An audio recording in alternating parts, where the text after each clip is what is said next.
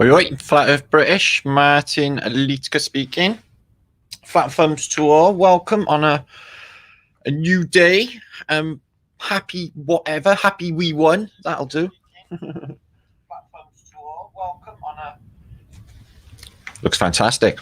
So what's going on, peeps? I trust all of you had a fantastic weekend. I hope you all did, and I hope you all had a good day.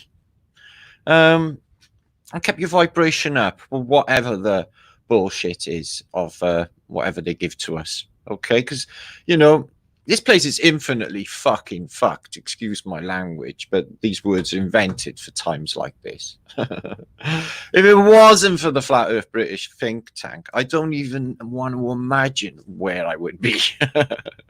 Despair. Fuck me. It's like being like in a horror film with a load of fucking crazy people around us. Yeah, and they ain't even real. That's the worst thing about it. Fuck me. So good to see you all, my friends, brothers and sisters. We're gonna have a hangout, okay? And I'm going to be basically showing that really cool interview I did with the guy Robert Phoenix. Now, somebody sent me an email today saying Robert Phoenix used to like have a massive following on YouTube and been taken out several times. So he's gone off, you know, like most people do, get a website and or fucking de-live it. But he was very clued up about everything that we know about. So it was a very enjoyable ride. It wasn't difficult for me to communicate with this chap whatsoever. And it made for an absolutely fantastic postage. Wow, that looks really fucking weird and trippy. So anyway, flat thumbs and much love. Keep your vibration up. Okay, it is a fucking imperative. Okay, don't listen to it. Fuck it off. Okay, chase it away. Chase it away when you wake up.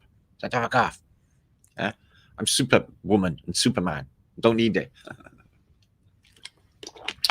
Anyway, it's dead exciting. So we're going to get stuck in. I'm going to share a video that, because I don't want to be hanging around forever. Basically, I was going to post this yesterday, but after our 5-hour Flat Earth British Flatython on Saturday, on Flatterday, I was like not really up to much yesterday. I was falling asleep most of the day. Didn't go to sleep till 5 o'clock after the show, so I wasn't up for much. So I couldn't do a live post yesterday.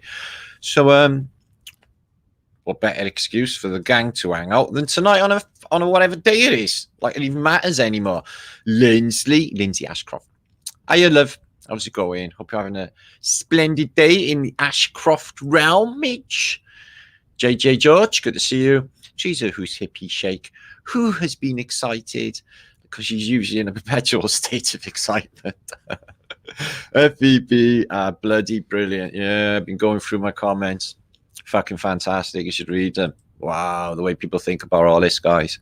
Blows their heads off when they first arrive. Our shows, they're like, what the fuck? Bit spooky though, isn't it? Yeah, it is. It's a bit spooky, but it's fantastic. Anyway, tearing back the layers and finding what this place is really all about. There's nothing bigger, is there? Finding out what consciousness is, finding out our capabilities, untapping the reservoir of human potential that is just sitting there untapped, guys. Yeah, and all you need is the vibrational ticket. Find that frequency, guys. Ping, and light up. It's happened before. I think it was called enlightening. I think it was a time out of darkness when everyone started getting all, you know, very, very fucking creative and using their imaginations and bringing it through manifestation. Like, because ships manifest, and what are we? We're ships. Ships manifest. So they manifested many different types of realms. It would appear in this place. It's highly fucking weird. Trying to get your head around it. I don't know what era's my favorite. Really do feel attracted towards the what they call the Victorian era, but I've always had a fascination with the 18th century. I've always had a fascination with the 1700s. Just something about that time really sticks in you. Like, I don't know what it is. It's like it's not there. It's like it's not there. Dragon Sage. I'll tell you why, because my ancestor was the Marquis of Languedoc. I did have a statue of him in my city. Took it away now. So they own, like my ancestors owned all the land, or still do, between Cardiff and Penarth. This is why these acres have never been built on. So apparently, it's my ancestor, and the will, or the one of the two proofs of this land's ownership, got burnt in a fire in the 1700s. And I'm thinking to myself, why is everything always burning in a fire in the 1700s, records-wise? Anyway, the other version, I think, is in Canterbury Cathedral, and they want a small fortune to get her out. But yeah, so that's a direct descendant. Sitting there, all that fucking juicy land as well. My ancestors. Crazy, innit? Dragon Sage. Good to see you, my brother. Mary, Alpha, Billy, Moonbeam, Jenny, sweet Jenny. Ravine, who is fucking epic. Thanks for all that help of linking all that shit up. I always forget to do anything, you know, like about me or any of my stuff. Like, so thank you for doing that. It's really, really cool. I feel quite humbled by that. Brian Carl, good to see you. See, a GR who is chilling out tonight, not doing fuck all. He's having a couple of Guinnesses. Can't fault the chap. Enjoy your show. And it was a really good little hangout, which is why I'm here so back so soon to share it with you. It's about 2 hours or so. Honor's here. Good to see you, Honor, love. And Capilocious is here. Love that name. Son of Overlook, my brother. Come on. Gary's here. Your Gary's everywhere. Stone Diary is here. Darby Jack is here. Darby on board. Nice one. I love Darby regularly. Well, around that area. Peach. Glenn is here. Must feel the power when turn them around. Yeah, man. You just can't have them in your head, guys. I know they're picking on everyone. I know they're bullying everyone. I know they're giving everyone a fucking dog's life, and everyone else in your family is having problems, and everyone else out there is fucking one of them. Such a fucking trial, guys. What they're fucking doing to us. And we ain't even in the same place. This is one tricky fucking game. This is one trippy, yeah, and tricky realm to navigate yourself through anyway. You know, tiptoe through a minefield for me. It's like, you know, just how the fuck do I stay? How the fuck do I get through another day alive? Luke Martin in school, that's exactly what it was like. It was like a fucking burst on my school. Every day it was like, am I going to get fucking stabbed today? Am I going to get killed today? Every day your stomach would be turning over because you thought it was like going into battle feeling. It was that horrible. And I'm not even joking. This would torture me. But I was up for it. So good to see you. Fucking at them. So I am human. You're lovely too. And Fally. See, I said that right, Fally. Fally Blue. Said it in a Welsh accent for you, okay? Fally Blue. Rabin Skatchen. Oh, Schatten. I'm fucking shit at pronouncing Germans. But good night to you as well. And thank you for being here. Yeah, done that right, didn't I? I speak 7 languages fluently. No, I don't. And I'm going to get on with this show. And I'm going to share the volume. I'm going to mute my microphone. I will be here with you. And I have got other stuff. Like I'm being basically just getting my next vlog together. I was going to show you a bit of it. But I think I'll juice up some more and come back in a day or so on the Flat Earth British Think Tank channel. Flat Earth Martin Liedtke channel. Because there's a lot going on. I can't keep up. Dean's there. What a trip. Turned on YouTube. And you're like, fuck yeah, Dean, it was only for you, mate. You see how your reality works? It's like, I'm bored. What am I going to do? Fuck it. That's mine. That's trippy. There you go. JJ, the knowledge information journey is just amazing. Yeah, I'm very happy. Yeah, everyone is. It's just, I know it's like, you know, none of us are ever going to go back to eating that steak, guys. You know, we're just not going to want it. You know, it's like for me being a flat earther, it's just not only can't go back to the globe, there's no globe to in there in the first place to fucking go back to. Do you know what I mean?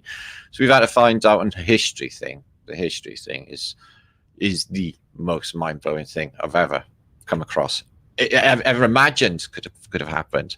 All of history, so important. There's like trillions and trillions of people involved in this, and there's only what they say billions in this realm. It's that big. It's fucking freaky. Colleen Malone, greetings from Ireland. We love Ireland. God to you, Rob Goodrich. I say that about everywhere. My famous saying used to be, whatever, when I was at sea, I used to say, where we going? I used to say, oh, fucking, I don't know. Example, Malta. I used to say, oh, some of the most beautifulest women in the world live in Malta. They say that, and they used to say to me, you say that every port we go in, Matt. Like, do I? Yeah, all right. Jason, good to see you. Charlie, good to see you. Michael, good to see you. And our special appearance by Ja Soldier. Thank God, how are you?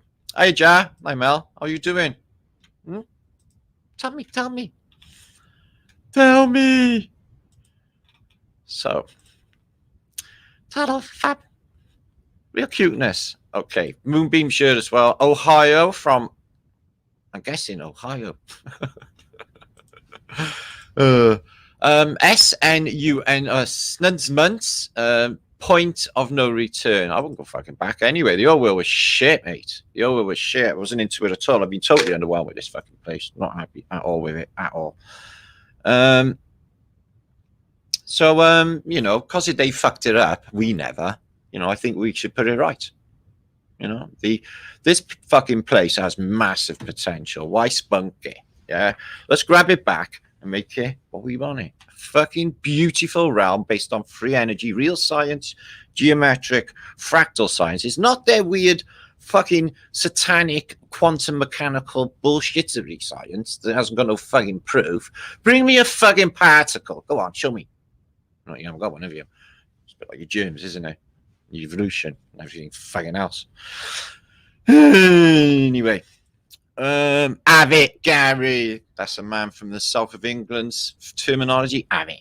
Fucking have it, Harry. Mikey McKay, good to see you, my friend. And JJ. So I'm going to show you this interview. Come back in a bit and hang out with you guys and see what's happening. Okay, answer some questions, do whatever, just hang the fuck out. Okay. 420 rules is the only rule. And no, I got another rule. Not giving a fuckness. Okay. So that's like a big universal. We have no rules. Rules is for fools. Yo, didn't you hear that? Charles de Max, same old nonsense. Nothing new under the sun. They keep doing this. We are definitely on a fucking stage show. No doubt about it. They tell us anyway, William, don't they? All of this will be discussed. So what we're going to be discussing, me and this gentleman, was Ace interview. It's about like old world America. Okay, some evidences of obviously advanced civilizations remnants in Texas and California, sort of San Antonio region. Alamo is on there, which is a Greco-Romano temple. And we're showing them photos, and they're from 1850, so extraordinarily early when the Wild West is supposed to be happening. All right, it's not, because it's fucking invented, as you will see by these photos. I've left my curtains open because we've got a massive moon by there, and it might shine in, because it did yesterday. So I'm hoping we'll get some moon shineage going on. So yeah, there's loads going on. If you haven't caught up, because you basically don't only think we got the Flat Earth British think tank channel, we haven't. There's Martin Liedtke channel. And there's the Celtic Tartary channel. I should get back. I don't even know. I might have to check on that. I think it's in July. I don't know. I keep getting copyrights every single morning. Got copyrighted for one 4-year-old this morning.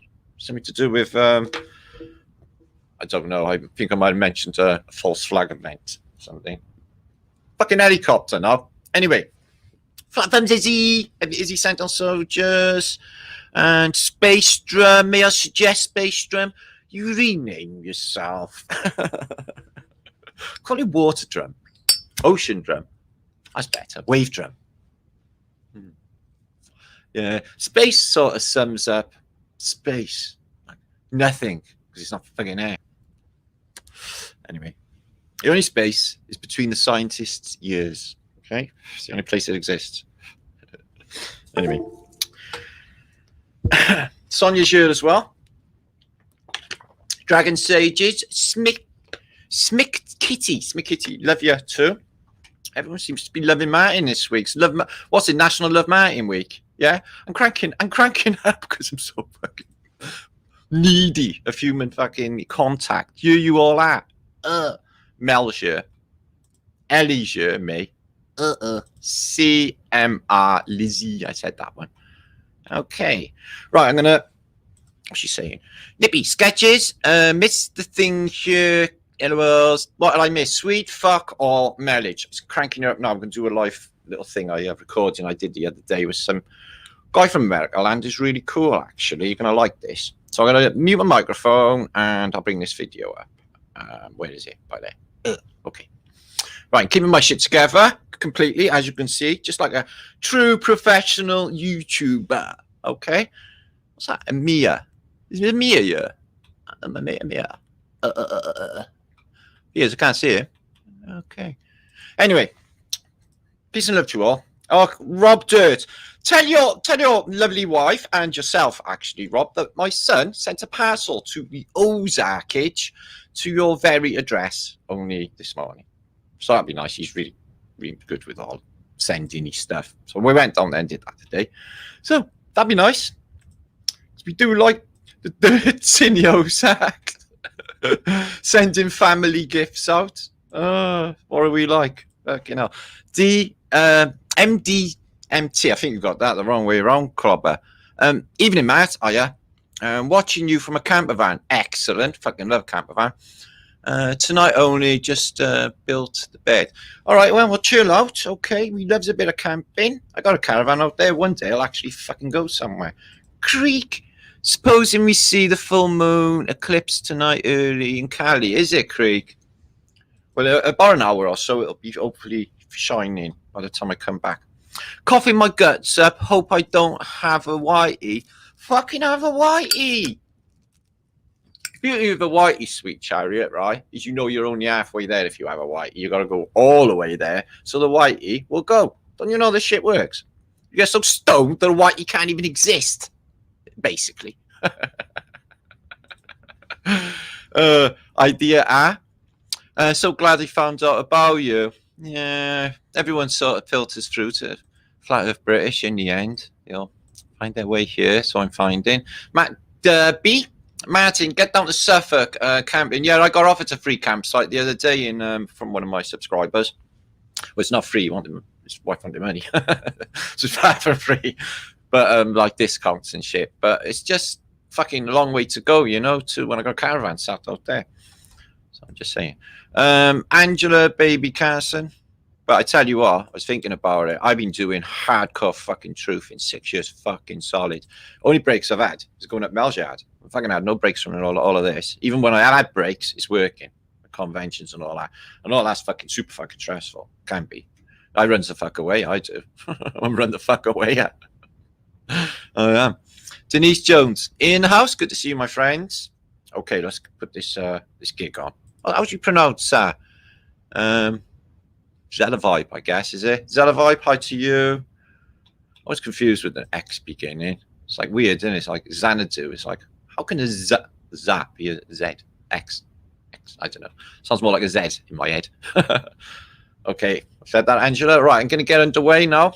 Mute my microphone and show this show. Enjoy.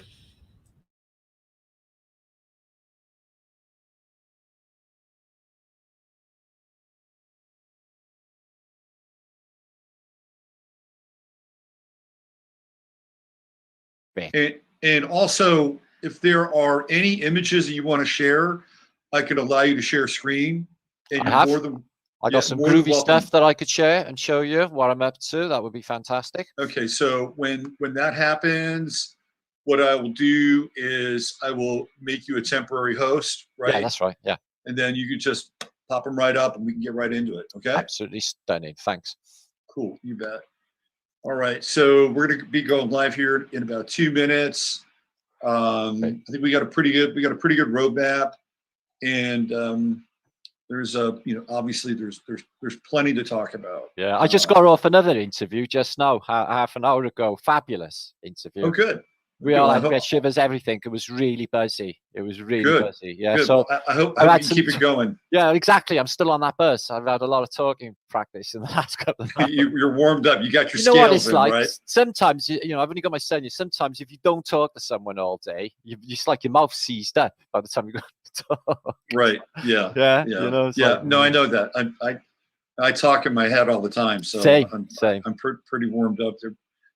All right, so why don't we just get going, because there's a little bit of a delay here with the stream. So we're going to start talking, and by the time the stream hits, we'll be live. And right now I am live with Martin Liedtke. Is it Liedtke or Liedtke? Liedtke. Liedtke. Martin Liedtke. And we know him as Flat Earth British. And I discovered Martin through John Levi and watching copious amounts of John Levi material. And it seemed like every other episode, it was, well, Martin at Flat Earth British and Martin at Flat Earth British and Martin at Flat Earth British. And I'm like, okay, let me check this guy out. And like, wow, not only is he, all over the Tartaria piece and in the reset and the technology, but like that's okay. You're really funny too. You're a very funny guy, and I really appreciate your sense of humor. Yeah. Hold on 1 second. Okay, we are streaming live now. Hold on 1 second. Let's see. Cool. Okay. So, and you get into, okay, so real quick question. When you do these live streams, you go into your comedy bit, you throw up all these very funny images. Like, how long does that take you to put together, and how do you assemble all that? I don't know how it's done. I get confused sometimes with how it's done. I try to think about it. I just get in a mode. So I think about, like, what I would like. Yeah. Right. So I like to take people on an emotional roller coaster ride. So it's something that's going to touch you, something that's going to make you feel maybe teary, and then something that's going to make you feel love, and then something that's going to make you feel like, just laugh your heads off. Because I've always been good at comedy anyway. So I thought, well, may as well put that in.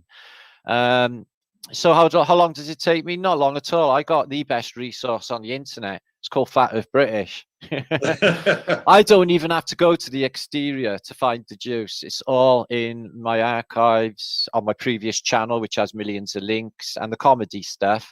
It's it just changes. Whatever I'm finding amusing that week, I will just search and just download for the peeps.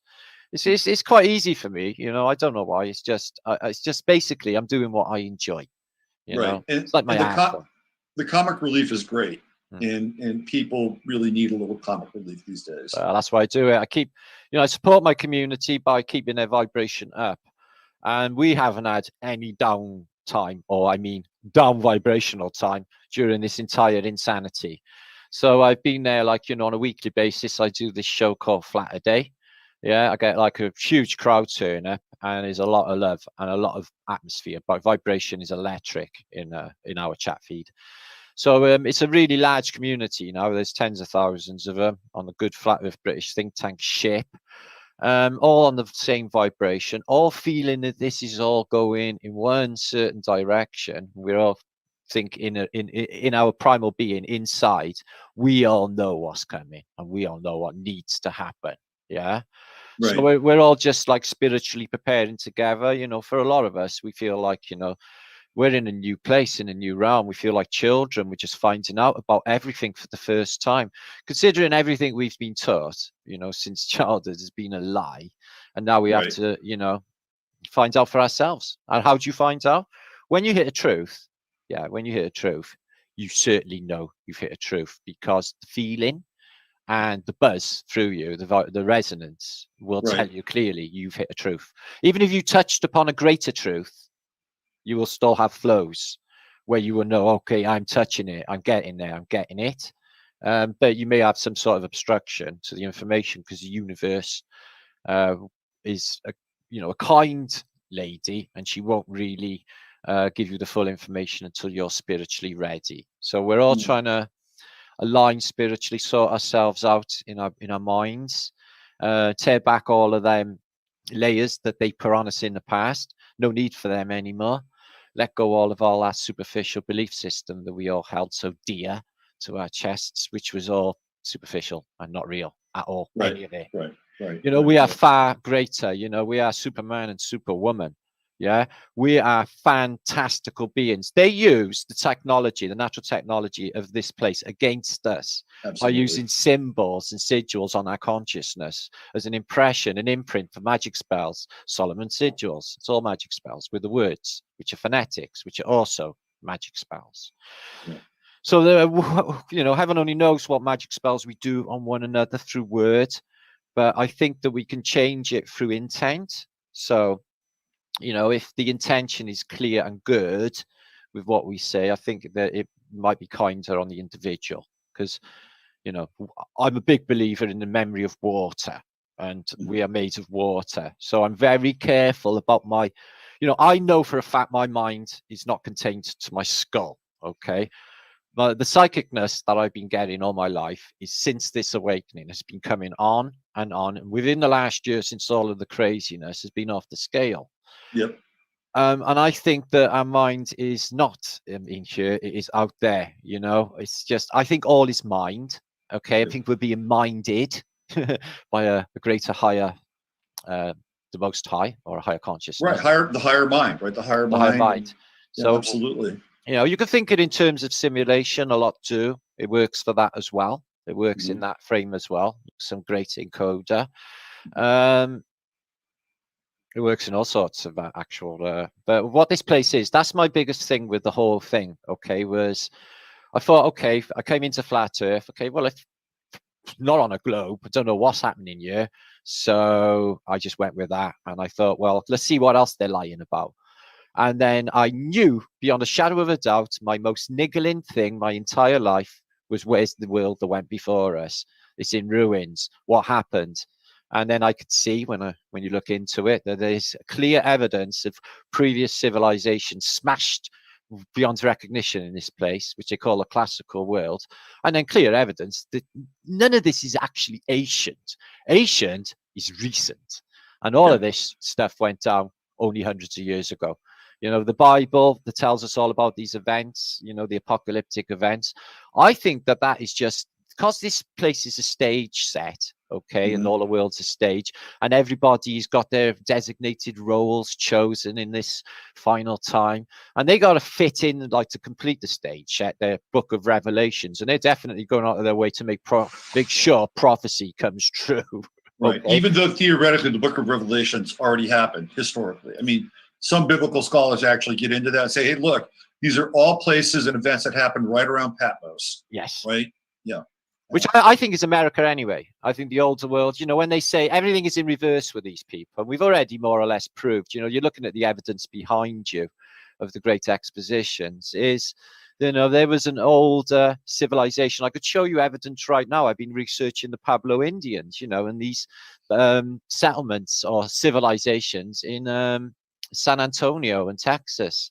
And I got these photographs from like 1850s, and there's just a smashed Greco-Romano civilization. The Alamo is a temple. Well, so that's right down the road from me. Really? And yeah, so let me do a screen share. Right? Cool. I'll make you a host. Why don't you fire some of that up? I will do. I will do. Okay. Oh yeah, if you can make me a host first. There you go. Hang on a minute. Let me just reduce that screen down. Excuse me. Just stop that minute. I need to just make my screen a little bit smaller so I can get to my screen, if that makes sense. Do you need me to stop the share? No.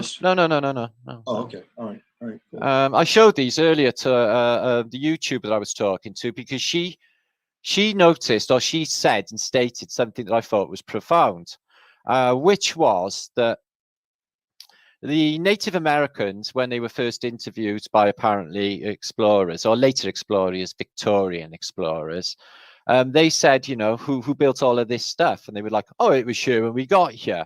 The people from the stars. Now, that could have been the Star Forts. The Star Forts, you know? It could be, yeah. It could well be. So, yeah, these are all from Texas. Okay, can you see that now? Yep. San Antonio through to basically California, okay? And what they show is, like, you get these big old mud flooded buildings and everything. There's nobody around. It's a shattered world. Everything's in the mud. And then you get these sort of settlements built inside. So who exactly built all of this, you know? Right. The California narrative is that it was the Dominicans, right? The Dominicans came in and built all those missions, which I don't really believe in. Well, you could blame the colonials, but like in this extent here, this device is obviously a lot older because it's got dismantling. There's something missing here, and obviously half of it been knocked off in some sort of event, hasn't it? So it's a lot older, and all of these things will show you that there's been some sort of event. You know, everything, these big buildings in the middle of a muddy field, no path going up to them. Right. 1856, and it's the Alamo, right? So this is a stereoscopic image, really old. And the events of this was supposed to be in like the Mexican War. So we're looking at like 1839. So this is 20 years after one of the most famous battles in American history has taken part. Yeah. And look at it. It's literally a it's Rome. It's Rome. Right. No wonder they wanted to take it out. The statues are missing. You got all of the Phoenician features, you know, the squiggly columns, the keystone over the dome, all of it. So this was an old bit of Rome, you know, the classical world left. That wouldn't explain, just a close-up of this Alamo, why they were trying to take it out, but none of it seems to be hurt at all. Right, exactly. And unlike the later versions where it looks like there was an actual war there. Exactly. And yeah. Wow. Yeah, these are really cool because they're so early, these and they show like everything's in ruin. You know, already this has been dismantled, blocked up windows, and it's coupled next to something that's got earth on the roof. You know, like literally the mud is up there. It's just like, what's it doing up there? Did they build the church later, or was the church there first? Look at it. What is this exactly? Right, look at that triangle. Look at that triangle, that pyramid in the center too. Yeah. Masonic as anything, isn't it? Yeah. The plasma, a triangle. I'm wondering about this because it looks older. There's a window there, you see, a little tiny window. Do you think that that's another layer that's like the previous layer and then again built on top of that? 100%. That's what I'm suggesting. Just covered over and it's been blasted off by some events. This is the classical world here. You could say it was the Dominicans. They were all millionaire monks. They were the richest organization in the world at the time of post-Renaissance. So they are attributed to a lot of these. But honestly, you know, the idea of nobody's been out there yet, no civilization, yet you go to the effort to do a window like that, which is the classical world. It's incredibly ornate. Like, you know, and if there's nobody around, why would you spend so much time creating such an ornate window? Exactly my point. Yeah. You know, this is clearly an older world, you know, and the evidence is there anyway. This photographer, he knows exactly what to show. So it's two thoughts I'm going through is that these are set up for an apparent history that isn't really there. Okay. That way we could be, we don't know when the age of photography was. They can say 1840s all they want, but we could be looking at post-reset. We could be looking at another civilization that went before us. All of these could be hundreds of years old. Yeah. Yep. And then, of course, you have the obligatory top hat there. The obligatory top hat. What's that all about? A status symbol, or is there more going on? A technology, maybe? Yep. We think it's a technology. There was a thing called the Mad Hatters where they put mercury into the felt of top hats. And interesting. The people who basically worked in with hatting, they became mad as a hatter because they became mentally ill with the mercury. So, as you know, there are electromagnetic properties to mercury. So maybe there was a technology going on with top hats. Interesting. So one of the little factoids about the Alamo is that all the major players in the Alamo, they're all Freemasons. Oh no, yeah, definitely. I bet you they are. No, I've looked it up. They're all Freemasons. So is that John Houston? Is it? Well, you have Samuel. You have Austin, Stephen Samuel, Austin. Yeah, but he was pretty good, wasn't he? Stephen Austin was pretty good. I mean, they named Austin was originally called Waterloo before it was Austin. What? It wasn't always Austin. It was Waterloo before it was Austin.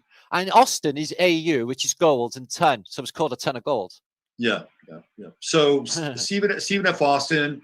He was a Freemason. Jim Bowie was a Freemason. Oh, Jim Bowie's got connections with Wales. The Bowie knife. Yeah, Jim Bowie's Welsh origin. You know, he's one we attribute him to being one of ours. Yeah, Jim Bowie, the Bowie knife. Yeah, interesting. So the key players in the Alamo, they're all Freemasons.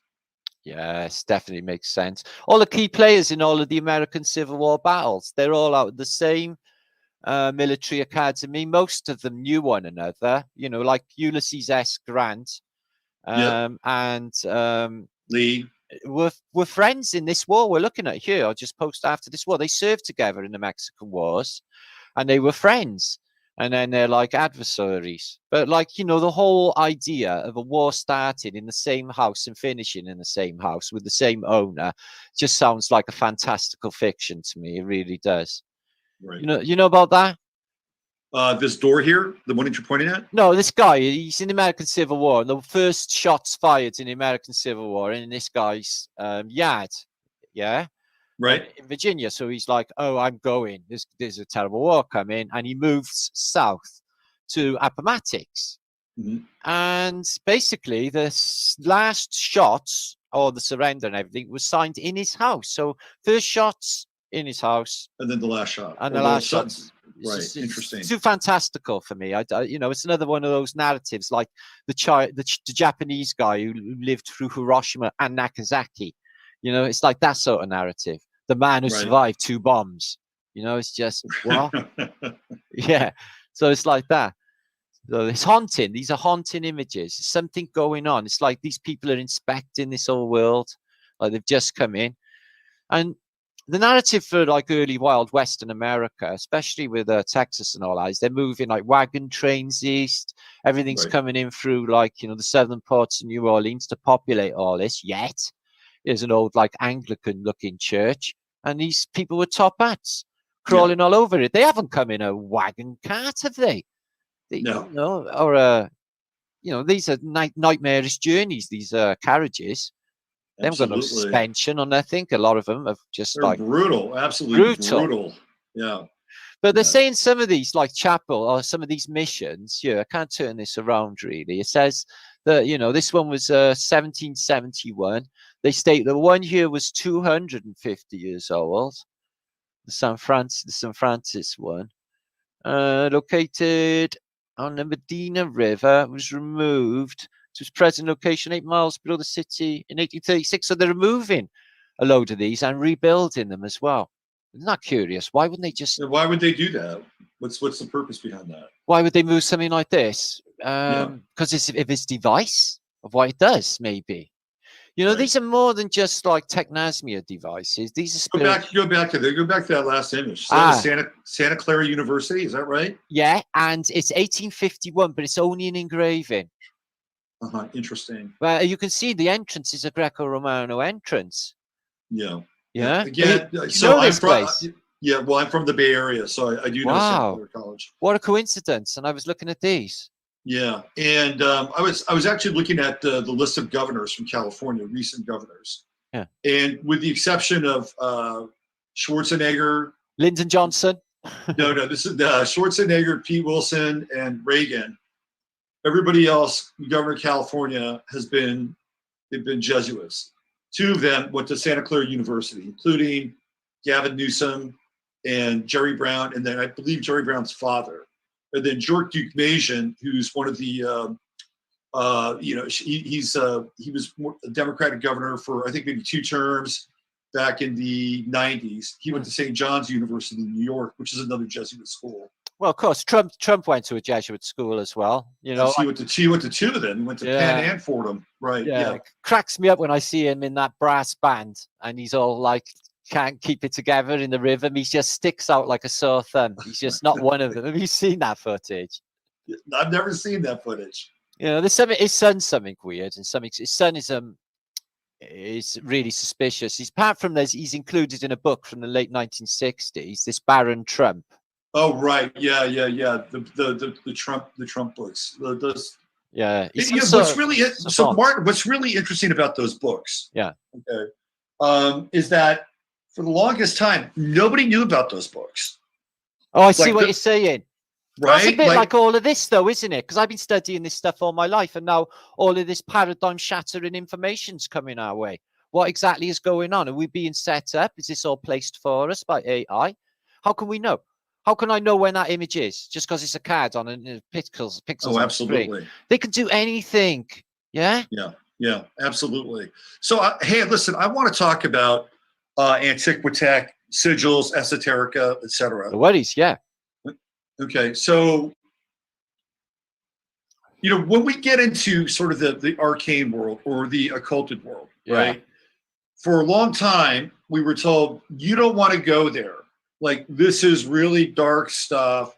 This is demonology. Look at these symbols. You don't want to touch them. If you get into that, you're gonna invoke bad energy. You're gonna go to hell, right? So then I started to look at the Antiquitech stuff, and I'm like, those are sigils. Yeah. Those are sigils that have been attached to what looks like antenna. Okay.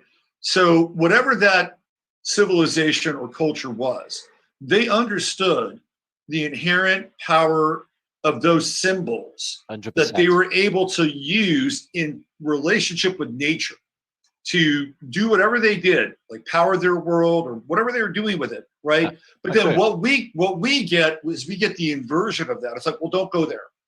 Indeed. You don't want to go there. And then it's like, well, really, why? Why? So for some people, it takes a bit for them to get over their programming, to be able to look at this material in a way that is outside of like judgment in some ways. Indeed. With the technasmia, I was trying, when I first come to grips with it, I was picking apart this Jesuit who was supposed to be the last person in this place with any information about this vibrational science of technasmia, and it makes perfect sense. And people are surmising, well, with the subtle energies going through these portals, and could it have caused this? What we're looking at here, the sloppy mud flows, the mud flood, basically. Right. Could you blame that for it? Technasmia has got many permeations. I've been looking into it for so long. They show you that in this period here that they regard what we would call atmospheric electricity as Deuv or God. And I really do think that angel, everything is electric in this place. Okay. Definitely a purveyor of electric universe principle. And I do think that these things in here with us, these positive and negatives, angels and demons, if you like, I think are electrical forces. Yeah, even the bad ones. I really do. Check this out for a star force. Huge skyscraper in the middle. That almost looks like a circuit board. It almost looks Tibetan in some ways, right? Like, well, it does. Yeah, but yeah. You find that I've posted. I included them in the book. How the incredible similarities between a mandala, or even the I Ching, and all of these are all like, and this as well. It's the four angels. I can see it here. It almost looks like a dorje too. The dorje that you. Yeah, it's really interesting. Portally, yeah, I think it's definitely a device. And I definitely can see the circuit boardness of it. I'm along the lines of, if this is a simulation that we're in, something's basically commulating this place or computing it. And we've said that all of the cities are computer board cities. They are all set on computer boards. They got everything: the heat sinks, the main processor in their civic centers. It's just uncanny how they lay them all out exactly the way, same here. I bet you could find a circuit to look like it. Do you think that that's what James Cameron was getting at in Avatar? Because the underlying theme in Avatar is like they're part of this, they're part of this motherboard, right? They when they jack into whatever technology they're jacking into, 100%. Yeah, I mean, so I think this is kind of what Cameron's talking about. This might not be the real world. I got deep suspicions this is not the real world. This is like a reflection world, like our higher selves are operating somewhere else. Right. And if that happens there first, and this is like a sloppy replacement. It's like we are surrogates. It's like, how would we even know? What? I was in a hangout once with a guy who was a purveyor of pod life. So it was a bit like the film Surrogates, a bit like Avatar, where we're somewhere in some sort of pod reality, maybe like Neo, and we're being imprinted with our memories. We're being imprinted with basically a day-to-day download. Shell Beach, every single night, Dark City, everything's shifting. Right. We can't keep up. And now, how would we even know if that was the case? For some reason, this machine, switches off every single night. It's a must. Okay, it's a must that we go to sleep. In my mind, I think to myself, well, God's not listening to you moan on a Sunday, and he's not listening to I want, because he's too busy being you. Right. So if that's the case, and you got to police your thoughts and watch everything, and it is, and you are God, or we are all gods, and we all manifestors of this realm, which is the case, 100%, no doubt A about little it. Bigfoot action there, huh? A little Bigfoot. Oh, I thought about Bigfoot earlier. One of my friends is in the Ozarks, and it's like it's Bigfoot country, isn't it? The Ozarks. Yeah. Yeah. There's supposedly Bigfoot country outside of Houston too. Is that so? Yeah. Well, I had a guy on my show one time who supposedly had a Bigfoot wife, and I swear to God, like he had a relationship with a Bigfoot female. Yeah. Oh, yeah. Fair enough. It was on Chuck Norris's land, to add another little weird twist to everything. Chuck Norris, mind he don't fly through the window and say, "Did you call?" Because that could happen with Chuck Norris. You just do not know. It's Chuck Norris after all. So the some of those star forts, you know what they remind me of? They remind me of crop circles, Martin. What about that one? Looks like a piston of an engine. You got two pistons. It looks exactly like the sides segment of the internal combustion engine, complete with pistons and shaft. Right. Well. Yeah. Absolutely. Look at that. Yeah, I know. It's crazy, isn't it? Yeah. So I was thinking along them lines, but there's no mistake in the fractal geometry in them, that they go in and in and in like a Mandelbrot set. So there's no ignoring that. They are all attributed to water. So we thought, you know, are they structuring all of the water in this place? You know, is it a mining operation? No, it's something far more technical, far more spiritual or supernatural going on with these. There's something happening there that's taking place on a number of different levels, right? It's not just one thing. This thing is performing 100% multiple functions. You know, when you mentioned these subtle energies, they do it with the wrought iron. You know, they put like little Solomon sigils or little like demonic faces into Victorian wrought iron in markets and town cities, and these subtle energies are passing through, and they're just being tainted by this, this evil energy, if you like, before they go and release on the people. I think it just keeps the vibration down. I think this place, when it truly wakes up, is like the Celestine prophecy ending. I think the colors, I don't think we should be locked in this 5 century perception, or 6 if you're psychic, but I think we should be like snakes. They can interpret all this realm. We should be able to see different dimensions. We should be interact with the other realms. We should be a higher state of consciousness by now.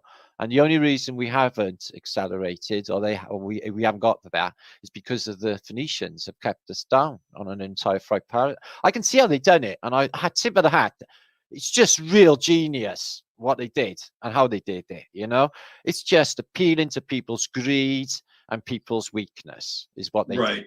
Yeah. But there's also the what would we call them? The minor resets, right? The minor resets. 100%. 100% minor resets. We know what they are, whether it's 9/11 or whether it's the housing crisis or whether it's the stock market crash, whatever they are, or COVID-19 now. Yeah. A more than minor reset in many regards. Well, I think this is far from done yet. Anyway, they're calling for a third shot. They're saying that this this Indian flu is the Indian variant, right? The Indian variant. Yeah, so they're announcing now that, we may have to call off your little bit of freedom off because they just started letting everybody out again. So, but it doesn't matter because the whole of British culture is determined on whether the pubs are open and the sports going on. Anything real to humanity or, it's going to save everybody or anything productive or helps anybody anywhere else in the world will not be addressed. All they care about is the pub, the drinking, and that Phoenician Bacchusite lifestyle. They're still hooked to it. The Phoenician Bacchusite lifestyle. I really felt like we were moving out of that kind of Dionysian spell a few years ago. We are. Yeah. This is the thing. Well, this Dionysian spell, right, has been broken. No doubt about it. They are showing themselves. They've showed their cards. We just got locked down. There's no doubt about it that they are discovered. But the thing is they only show their hands in the end time. Okay, because it doesn't matter anymore. Right. Okay? Exactly. They're pushing the chips all in on the table right now. This is it. Well, they've got nothing left. The spiritual battle has been, as far as I can see, I'm just waiting. I'm like, haven't you gone already? That's all. I'm thinking, we got a new paradigm. There's new leaders. You lot are done. You got to go already. It's over. The gig is up, gangsters, because that's all that's been going on. Yeah. is, you know, but there's not. It's the corporates are taking a more drastic and meaner hold on reality, like the nightmare vision that we all didn't want. And people are seeing it. It's like, we didn't want that. You know, this is really dodgy. This is iffy. And they're pushing us towards that. Do we really want that for our kids? So people are thinking along that. I think they're deliberately shooting themselves in the foot. The stuff that they put out about space and all of that at the moment is too ridiculous to even look at. So any thinking person's going to, you know, if they can, you know, differentiate between CGI and the real world, that is hopefully. So that is them giving that away as well, 100%. And then there's every time there's a reset, a king dies. And now Prince Philip has gone. They're going to have a sleeping monster who's been there all along in the background, the guy who owns Circo, who is Prince William. He's a sleeping giant, and he is going to be, he fits right into this agenda. That's been out there a long time. You know, is he the Antichrist?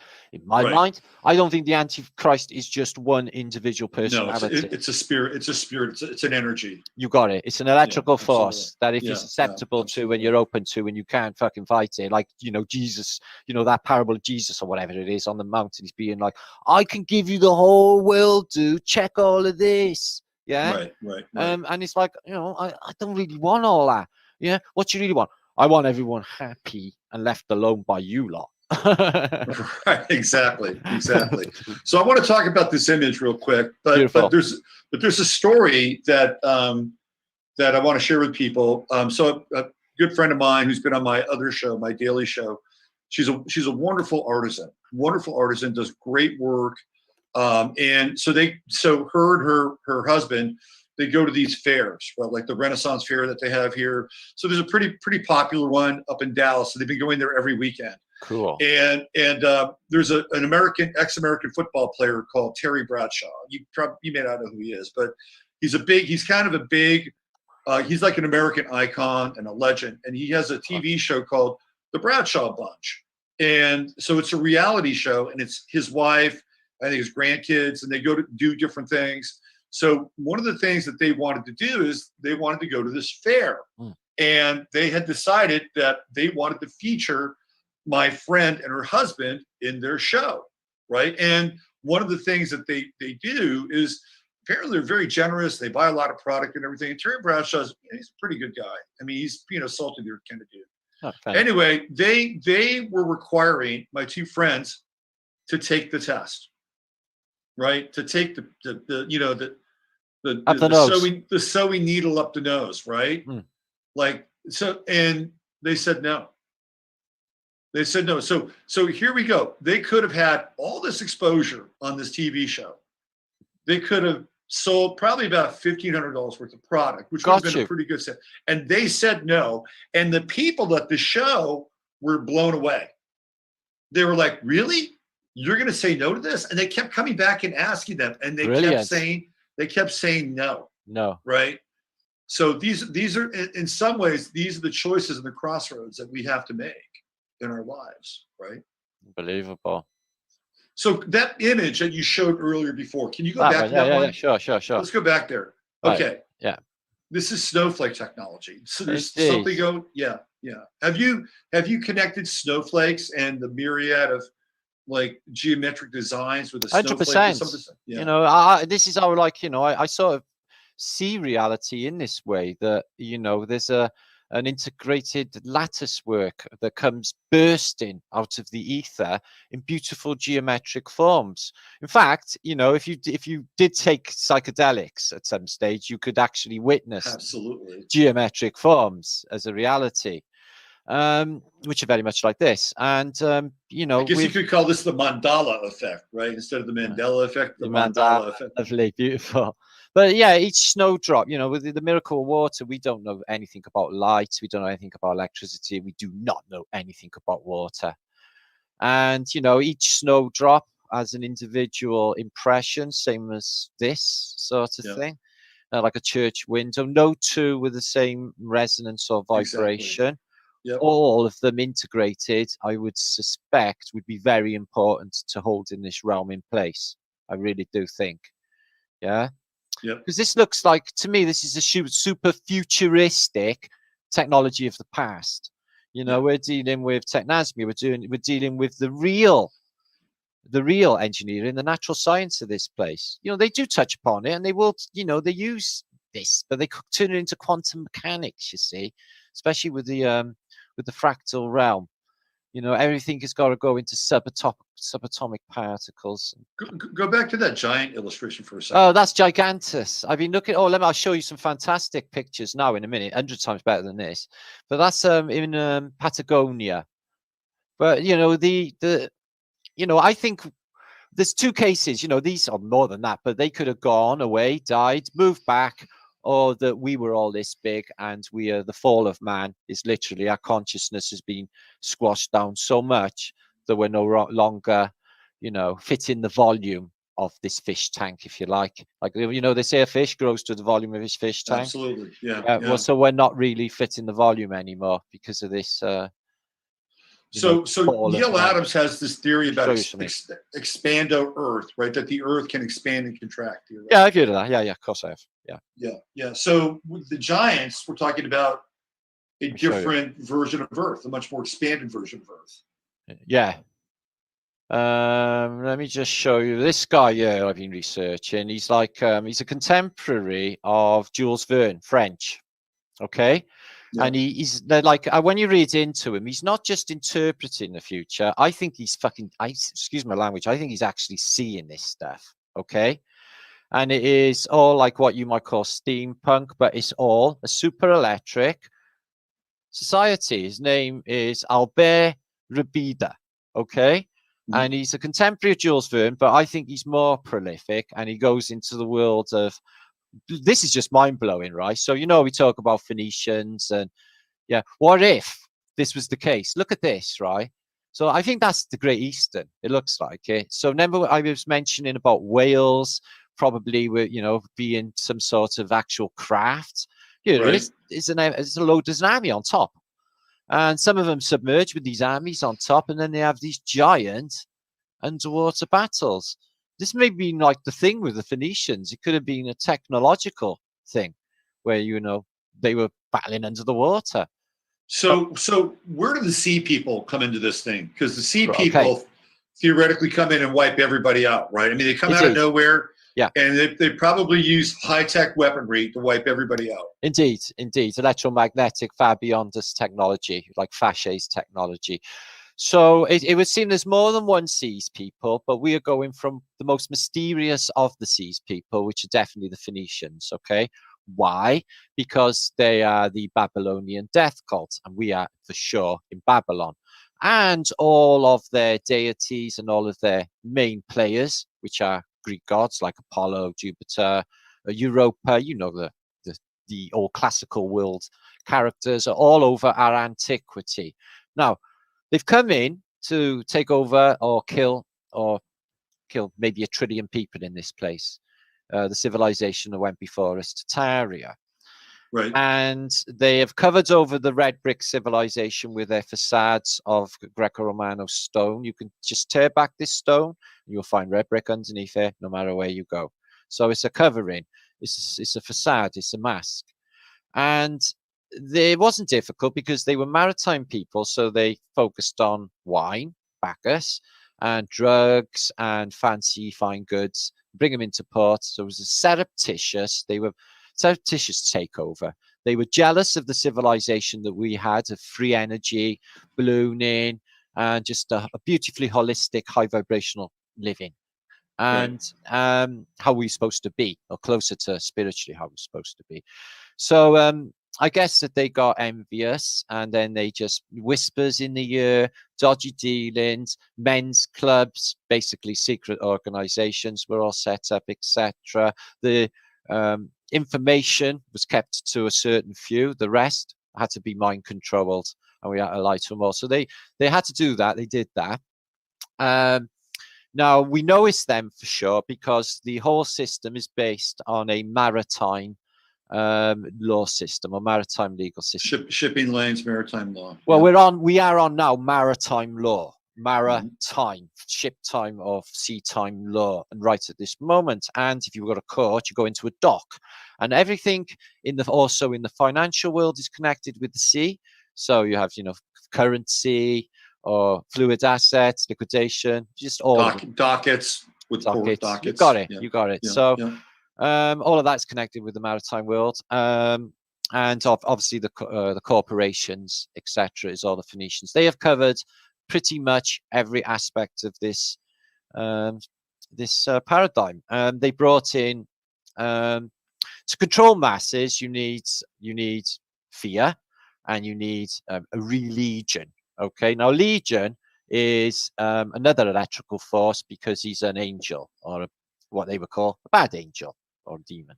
So you need to religion to this bad demon. So the idea behind that is, we'll tell you what to think. You shut up, be quiet, and keep giving us your money. So they set that up across. Billions of people are involved in one form of this or another, all at division. None of it is about what we really are in this place, okay? Because you always need a mediator, and the mediator is unfortunately them. Or right, exactly. So it's so hard to navigate through this place. I feel that it's very underwhelming. There seems to be more to this reality than they're letting us know. I've seen a lot of stuff that doesn't fit with their what they tell us in this realm. Yeah. Okay, so I know there's more going on for a fact. Okay, this is what drives me with a lot of this stuff, is trying to explain all of that. But I think this place is definitely multi-dimensional. These realms that we are seeing here, they may exist parallel to us right now, in millimeters away. Do you know this all-seeing eye? This evil eye. Absolutely. Maybe it's not AI. Maybe like literally, spiritually. You're constantly watched every second of the day for maybe some judgment at the end. Absolutely. That's where I've gone with it. That thing is watching you, and you better be conscious and aware of what you do and who you're doing it with, and how you're comporting yourself as a human, right? Yeah. And that's been my take on the all-seeing eye. We're right on the same page with that. Yeah. So I feel like there's entities close by that can see us. Sometimes you can just get little instances of them in your peripheral vision, etc. These other realms, and I really do. Even the fairy realm. I've been researching the last week. One of the expositions in Paris, this one done the art for, 1888, called the Babolique, or Babylon in French, electric, so electric Babylon. And there was a guy there who basically had found a technology of extracting electricity. Go back to that last picture. There's something I want to ask you about there. Oh yeah, sure. Go on. So okay, we're seeing here kind of a revelation of Judaica right here, right? Right. With that 6-pointed star. You see that? Now I do. I do. Yeah. And the eye is, the whole, there's a Horus as well, It's a Horus eye, and we've got a depiction of Judaica, and this guy looks like he just came right out of Fiddler on the Roof, right? These are demons on here driving. I just noticed. Yeah. These have. Yeah. This is fantastic. This is fantastic stuff. Yeah. So this guy, he's interpreted this world, and I think this was like what went before the reset. I think it was like Blade Runner, a lot of electric flying craft, free energy. It reminds me of a show here called The Wild Wild West. It was a TV series. Oh, I seen the movie with the movie. Brilliant walking spider on it. Yeah, the TV series. The TV series started to air in 1963, and it went to 1967 here in the United States. So there's a whole TV series called The Wild Wild West, and they have steampunk up the wazoo in that TV series. So I love it. It's kind of like the Western meets the secret agent theme. That was like a big thing back then. Yeah. So I highly recommend, if you have some, down recreation time, look up some of those Wild West TV show reruns. You'll enjoy them.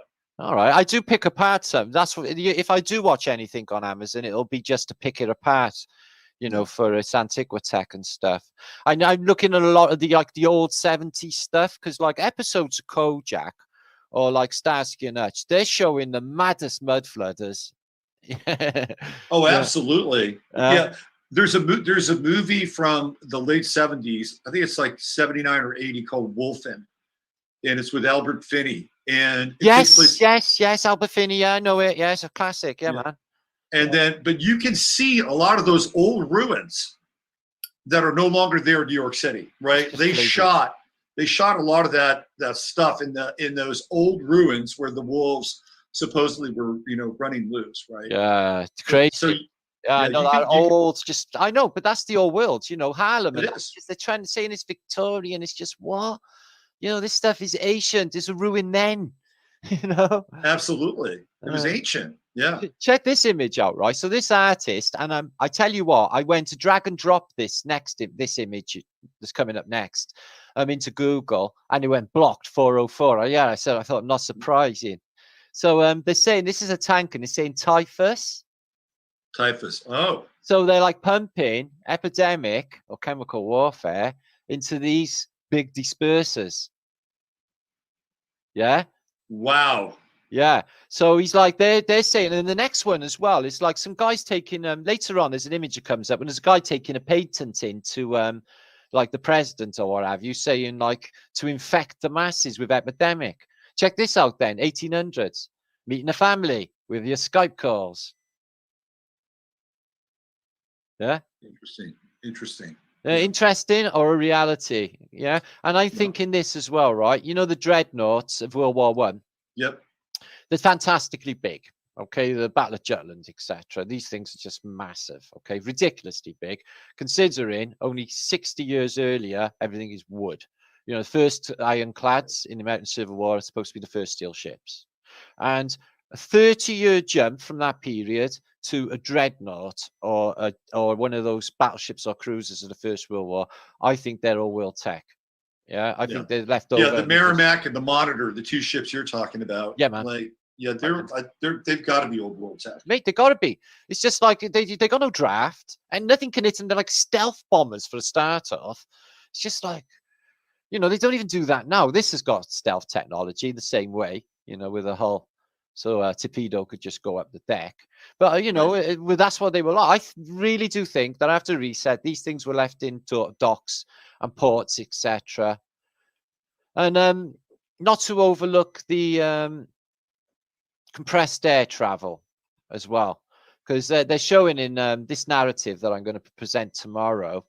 This guy said that basically they were going to regenerate all the deserts, bring back Babylon, all its cities, and this fantastic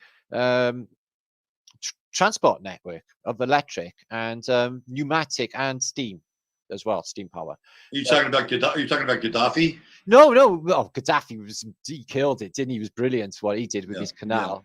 Yeah, you seen that, brother? Did you? Yeah. What a travesty! Then bombing that. They knew that this guy had a huge plan. Oh yeah, and he was going to turn Libya and Egypt into the breadbasket for all of Africa. These people loved him, man, and he was sorting it right out, and they were having none of that. Yeah, disgusting. Absolutely. Yeah, bombing that, and that's fresh water for people, mind. Yeah, that's just bitter. It's just like, that's really snidey. Not anymore. Not fresh water anymore. Yeah. Yeah, from underground aquifers. So these are like 1800s, and obviously the Mark I tank was the first of its type in the First World War, but you're like 30 years previous to that. Giant howitzers and tanks. Looks like a Roman centurion helmet there too, right over the cannon. Doesn't it look like that right down here at the bottom? This one? Yeah. I guess so, yeah. Oh, flipping LI with the visor. Yeah. I never noticed that. Well done. Yeah. It looks exactly like a visor and a Roman helmet. Oh, I wonder if that was what the original thing was with them. Because everything harps back to a great attack, you see. Yeah. Especially with the fasces, you know. And it's just our interpretation of history is more valid than academia's, because they don't look at the right stuff and it's all like controlled. This is what universities are. There we go. There's typhus again. Look at that. So he's taking it as a trustees. Okay, so a suggestion to the powers. They're having to think about it, and he's basically cooking it up. So we're talking here about releasing through, I guess, in this cannon, maybe, yeah, on the wall, Right. plague or virus. And you know what follows virus? So this is like, I tried to Google this image and it's blocked 404. It couldn't even get it brought up. So you're like, yeah, not surprised. All right. So this is an interesting picture, because look at the guy down there by what, the oven, the urn, you know, he's cooking it up, right? Yeah. So number one, what is he cooking up? Is he cooking up the virus? And number two, if he is, why isn't he affected by it? Well, that's a good point. He's looking like that at this guy with his hand to his mouth, thinking maybe the same. So maybe it is a scam. So he's got like a reservoir thing. It says reservoir under his ham here, and it's like a flask, or if you like, with a cap on it, like a, you know, like a drinking flask. So I'm thinking maybe it's in there. But yeah, that would be hazardous and would knock them out and give them all death. Or maybe they're immune to it, or maybe they're not human, right? Maybe they're not of the same genus, the same species. Yeah. No, it's not affecting them. They're not in it. They're not us. This is what's maybe happening with all of these higher, you know, these secret organizations, is they can't come out because they're not us. Like the Phoenicians, they look like us, but they are not us. Yeah. Right. Yep. Yeah. Look at this then. There's a giant there in the city of London, Paris. Check this out. What's she holding? Is that the Eiffel Tower there? What is that? It looks very antiquitech-y, whatever it is. It's a giant antenna, isn't it? And she's got it under her arm. Right. And he's sailing in a city. Yeah, literally a city. How big's this? How big is he? And that's so let's talk about the giants for a second. Yeah. Giants, sort of historically in literature, get a bad rap, right? We have you know, Jack and the Beanstalk, right? Goliath getting slain by David. Right? So the Giants have this bad rap, you know, though fee fi fo fum, don't go up there, he'll eat you. Yeah. So, you know, there might be some truth to that, but there also could be a retelling of the whole giant theme to demonize them. I think it's to demonize them. But anything that comes out of our literature, take it the opposite. And from what my evidence shows and what I've posted, I think the last giants in this realm were paraded around, ridiculed, and treated very badly. They may have been giants, but I tell you what they were gentle giants. Gentle giants, right? They were lovely, and they didn't have it in their heart to be aggressive. I really believe that. I really believe that. Right. So you have somebody like David, who theoretically is going to slay this evil beast of a dragon. He's a Phoenician. Right. And so the dragon's probably going to, you know, we're going to walk up and shake his hand, and they've got some kind of agreement where they're going to sign some kind of a peace accord or something. And then David gets a shot in, right? And then takes the giant down. Yeah. And you know that statue of David by Michelangelo?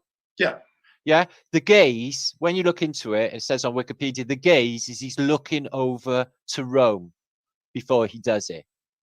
Yeah.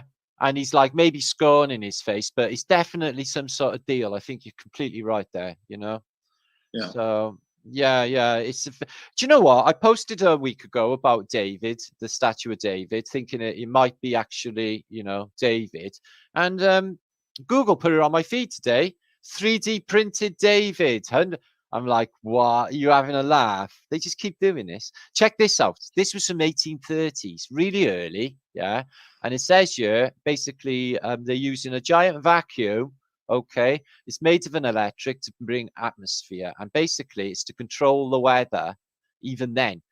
So even if they, you know, I know that it's no secret anymore. The government, they even admit that they do it anyway. So it's no secret that they manipulate the weather. But I mean, this was like probably a thing. I'm wondering if anything in this place is natural. Check this out then. Early 1800s, apart from mirror technology, we think Phoenicians were Skyping using some sort of advanced silverback mirrors to another realm where they live or where they come from. If they are alive, they might be dead. We might be dead. You know, we could have been dead a long time, and they've been running a simulation, hoping most people wouldn't actually twig on. But enough of us here are wide awake enough to see that something is really, really off in here. Okay. Well, so the timing around that is really interesting because phones. Because here we are, we're going through another one of their grand resets. Like this is a theoretical grand reset, but we've got this, and we've got the ability of some kind of interesting hindsight. Like all this stuff is coming up around the same time that they're trying to flip the script, which I think sets it apart from other resets or other periods in so-called time. Yes, I would wholeheartedly agree. I don't think this has ever happened before. Right. I don't think what has happened now, like with us or waking up. And let's take it one step further, because the Tartary material really started to, I think, percolate in a pretty significant way, maybe around 2017, 2018. Well, I got into Sylv initially, who was New Earth and Wise Up around 2016. 2016. Okay? Right. And then I started to talk about it. And then I started watching a guy in Russia. And then I met Philip Dracinin. And he kicked off Mud Flood exactly the same time as myself. And we started talking about that. Nobody knew what it was. Nobody could see it at first. Right. And then once the penny dropped about, there's an entire civilization at our feet. It's all sunken. And there's no evidence for any of it being built. Oh my days. The penny dropped with everyone anyway. And now I've had images sent from every single city you could imagine of their mud flooders, and it all tells me exactly the same story, that there was a world year before us. There we go. We've got the Judaic star again at the top of that building. At the top of that building, that's the Judaic star. Oh, I missed it again. Wow. So much coding. And what about the crescent on top of this, like the crescent moon? Yep, there you go. So you've got the Muslims and the Judaism there in one shot. Right. Yep. Wow. Yep. So much coding. So much coding. And what's also interesting is that you've got the police symbol just below that, and that's the same symbol that they use for the badge of a sheriff, by the way. Is that I have seen that, and I posted a few years ago and showed you an image of a star fort over a police helmet's badge in the British Force, London Metropolitan Police badge. And they got different badges, and they all look just like star forts as well. It all spreads out. Yeah. Doesn't surprise me. Oh, honestly, they're so intercoded, these Masonic coded, these police helmets. So let me ask you a question. So 2016, this stuff starts to percolate. I think 2018, 2019 really starts to kind of, filter down into, more of the collective. 2018, I got popular, and then 2018. Yeah. Okay. So that being said, right? Do you think that that's kind of awareness and that kind of consciousness triggered and accelerated something with the COVID stuff faster than they wanted to do it? Yes. Yeah. And I knew it as well. Listen, I talked to a close friend a year ago, said to me, Martin, if you fucking know something, over a year ago, 2 years ago, if you know something, you should tell me.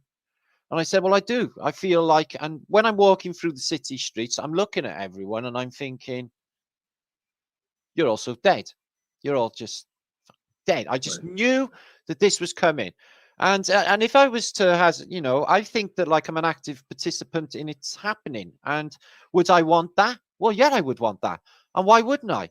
This place is infinitely messed, and I would never want to go back to that old world. If we need Tartary back, and this is the only way to go about it, okay, is expose all of them. Yeah. Right. I don't want to live in a paradigm. No, many of us don't, that we're controlled by psychopath, pedophilic types. Who wants to live like that? You know, where they just basically just order you to your death in a war, or come and inject your child with a vaccine. It's perfectly safe. It's not. Right.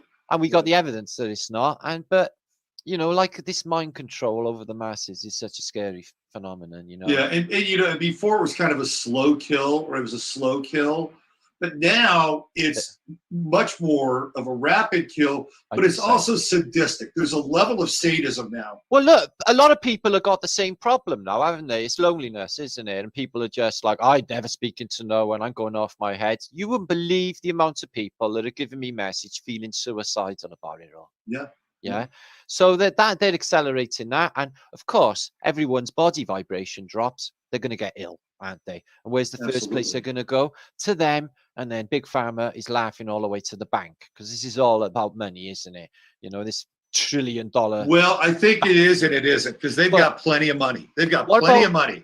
What about right? this? They definitely put something. I believe this magnets in the arm thing. I believe it, right? Yeah. Now, I brought my friend Kale Cordia 2 days ago, so I thought I'll get it on YouTube, and I tested it with a magnet, but it fell off.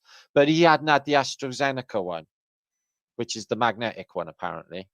Well, the latest is EMF meters on the. I seen it on Instagram this morning, Yeah. and it definitely done. It can't be all these places coming in from all over this place and it being faked. I think in this, and I seen one YouTuber who I knew, a friend of mine who I've met, and she wouldn't lie. So I think it's a thing. Imagine Yeah. that. No, they've got these in them now. They'd be like literally just crapping themselves. Good. Anyway, they should have grown a pair. Said no. Check this out. Look, City of Tomorrow of Bay. So San Francisco. And what I literally think is this is what it was like actually before the devastation of 1906. Yeah. I'm from San Francisco, and I used to spend a lot of time Wow. at the Palace of Fine Arts, which John has talked about. I have too. Yeah. Oh wow. Quite a Have bit. you? Oh, Yeah. In fact, I'll tell you what. Before I knew about Tartaria, I would always go there. I would always go to that place just to hang out. I was drawn to the Palace of Fine Arts. Yeah, it's the old world, all right. Now I know why, right? Yeah, definitely. Have you checked out Hearst Castle, San Simeon? Have you gotten into that?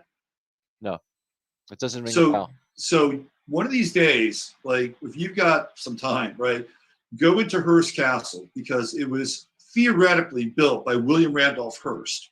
Oh, that Hearst. Right. Okay. So San Simeon is supposed to be like this thing that he created. I don't think that's true. So is it what, like a little civilization thing that he's done, is it? Or well, San Simeon is like his Xanadu, right? It's supposed to be like his castle. No, I haven't heard about that. That sounds really interesting, though. Yeah, you should go online one of these days and snoop around San Simeon. Oh, that's good. I was looking into someone similar, that Winchester woman who had the Winchester House. Yeah. Fantastic. That's another place I used to go to as a kid. I lived in San Jose. Yeah, it's all on platforms. It's supposed to be like buffer-proof from earthquakes. Yeah, it is really weird. It is one of the weirdest places I've ever been. I reckon it's true. I reckon it is haunted, like she said. And I reckon she was instructed to build a different wing, a different style by the spirits. It's crazy, man. And then not far from there, you have the mystery spot in Santa Cruz. Do you know about the mystery spot at all? What I do know is that bloody coast road you always see the Hollywood stars on. So it's James Dean or it's like Grace Kelly, and they're always on this same Pacific Road going up to, like, I guess, Santa Monica or Pasadena, is it they go to? Right. Yeah, and it's just the beautiful scenery, but they're always on this same coast road. I wonder, like Modale Drive. Right, yeah. Like, is there something going on? Because that's the same coast road as that famous actor recently died. What was his name? Oh, Paul Walker. Oh, Paul Walker. Yeah, he was on that same road. And that's the same road as Grace Kelly. And it's the same road as James Dean. I'm just wondering if there's something about, like, they sacrifice people there. Famous Could be. People. Yeah. Could be. And what do we have here? We got Mary Poppins up there. Is that what that is? Yeah. In the old, possibly real version of this realm. Possibly real version of Mary Poppins. The only proof we got is what they've given us, and it's all Jesuit. And the maps, Jesuit, is hardly anything that comes through. The best of what academia got is a classical reference. So it's the usual Pliny, Plato, Socrates, Aristophanes, these people, for their interpretation of what happens in the past. See, to my head, that's like, whoa, that is far off and crap. Why don't you just get your hands on the ground? There's obviously been many resets over and over in rapid concession and little ones in between. This is obvious. There's been at least two. There's been at least two mud floods that we can, separate ones that we can see since the Renaissance period. 1733, the buildings are already mud flooded in 1733, and then there's a later event as well. I keep thinking that they're changing the calendar. The evidence is with the ships and the calendar, It all changed when we went over to, Greenwich Mean Time. We've had the Gregorian Juliana Right, from changes, you know. Julian Gregorian calendar. Yeah, there's a lot. This is what theoretically what like 300 years of missing time or something like that. I mean, theoretically, I would say I would have had to switch the calendar off, and it would be equally as easy to switch it back on again if you got the mechanism and the library where the lies are told. Library. You know, you look into libraries and you can see, you know, it's the key players of Carnegie. You know, he just builds these fantastic libraries. Even in my city, we got 2 Carnegie libraries in Cardiff. Thanks, Andrew, lives in New York. We really needed them. So he's like put libraries everywhere in like the Western world, and it's all controlled literature. They never give you anything of the truth in controlled literature. Little snippets that give you a bit of the imagination, but that was great. Absolutely check this out. I reckon these are images by this guy who does like sort of plasma reset and the French Revolution, which I definitely think is something to do with plasma, because they say that they won liberty or the Republic through the Gorgon, which is the Medusa tech, which is Faucher's technology. You know, you get all of, you know, the allegory of the Phoenicians, you get black hole, Vatican with lightning coming out. So what's that? How is that? Zeus technology. Right. I guess in one of the 4 horsemen, death with his, looks like it. Yep. Yeah, time out and that. Napoleon. Now, Napoleon, okay, should have had photographs. Okay, he was alive during photographs. Duke of Wellington has photographs. Okay, interesting. So he should have been, you know, in exile, not doing any trouble in Elba and St. Helens. He should have been able to come up with some photos. I think there is one, and I'm going to show it to you now. Mind blowing, this one. So check this out. So there's little Napoleon. Maybe the true size with the true human, right? Theoretically. Why is all of these great dictators like supposed to be tiny people? So they're all chowing down there. Oh my God! Look at that. Baby Q. So is it allegory, or were they actually gone? Because I've got a lot of evidence they went. There's a time of idols, right, where everyone is practicing strange death cult Phoenician. There's idols everywhere. Some of them look alive, and it would seem like there's like these physical entities living in the realm as well as cryptids. So they either we're looking at a parallel dimension where all of this stuff is actually happening, or all of that was in this realm. Okay, right. Which I strongly suspect. And it seems that everyone went completely insane. So what I think is this. I think is that you? Yeah. Hold on a second. Okay. Yeah. Go ahead. Well, there's a couple of ideas actually. If I was thinking what was going on, was that there was some sort of noxious gas that made them have like dancing sickness, where they all just went completely nuts. Right. So Jay Widener and I talked about this on last Friday, and St. Elmo's fire and all that stuff. Right.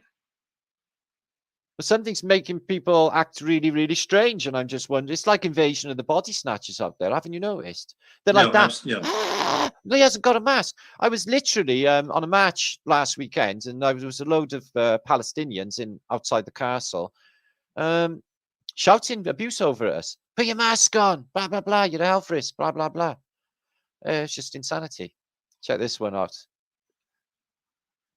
So the key is important, and the key is shipping as well, because you get the key where the ship is docked. And when you township, so township, interesting. And you get the key to the city if you're renowned. They give you the key to the city, and the key is where the ship was docked. So I think this key is key to the whole thing, whatever that key unlocks. This is almost looking a little Blakean, like that. There was hints of William Blake in that last image, although not very good. Well, what this guy does, right, is he shows you pantomime. You know, if you know about Britain, we got pantomime, which is pan, like pan, right? Pantomime. Right. And we have these things. It's a British tradition where they do plays like Jack and the Beanstalk, Widow Twankey, and they're a tradition we've had them for like apparently since the Victorian era. they tell you how this place works, and there are massive clues with them all. And I think it's the same with Francis Bacon. I mean, the plays of William Shakespeare, which this guy shows you as well. I think all of the clues about reset are in William Shakespeare. It's all in there to be picked apart, and it's a story of now, is what it is. It's a story of what's happening now. I have no doubts it's now. Why? Yeah. Because of what we're in a pandemic, in saying it's going endemic, and in the whole world's like, I was in downtown on the weekend, and there was tens of thousands of Palestinians. The atmosphere, the buzz. I said to a homeless guy, so it feels like a world war coming, doesn't it? He went, 100%, brother. It's like, whoa, buzz. It was just like anger. And it's just like when you see a movie of the build up towards one of these times, it really did feel like it. And they know how much they can push people and control them. You know, they got the, if we tell you to put your hands in the fire, you will do it scenario happening, and they will. Look at this, the friendly agent. Secret agent. Is there? Pagodas and rupees. Yeah. Weighed down by both. Yeah, he did, because he done a deal. He's a double agent. He got paid by the Spanish and the Russians. Yeah. Yeah, interesting. Yeah, isn't it? And what about this? This is the fantasy. So their idea of a blissful dream when they're intoxicated on their wine, floating away, is what? The royal procession, the Phoenicians coming in a float, in their little boat float.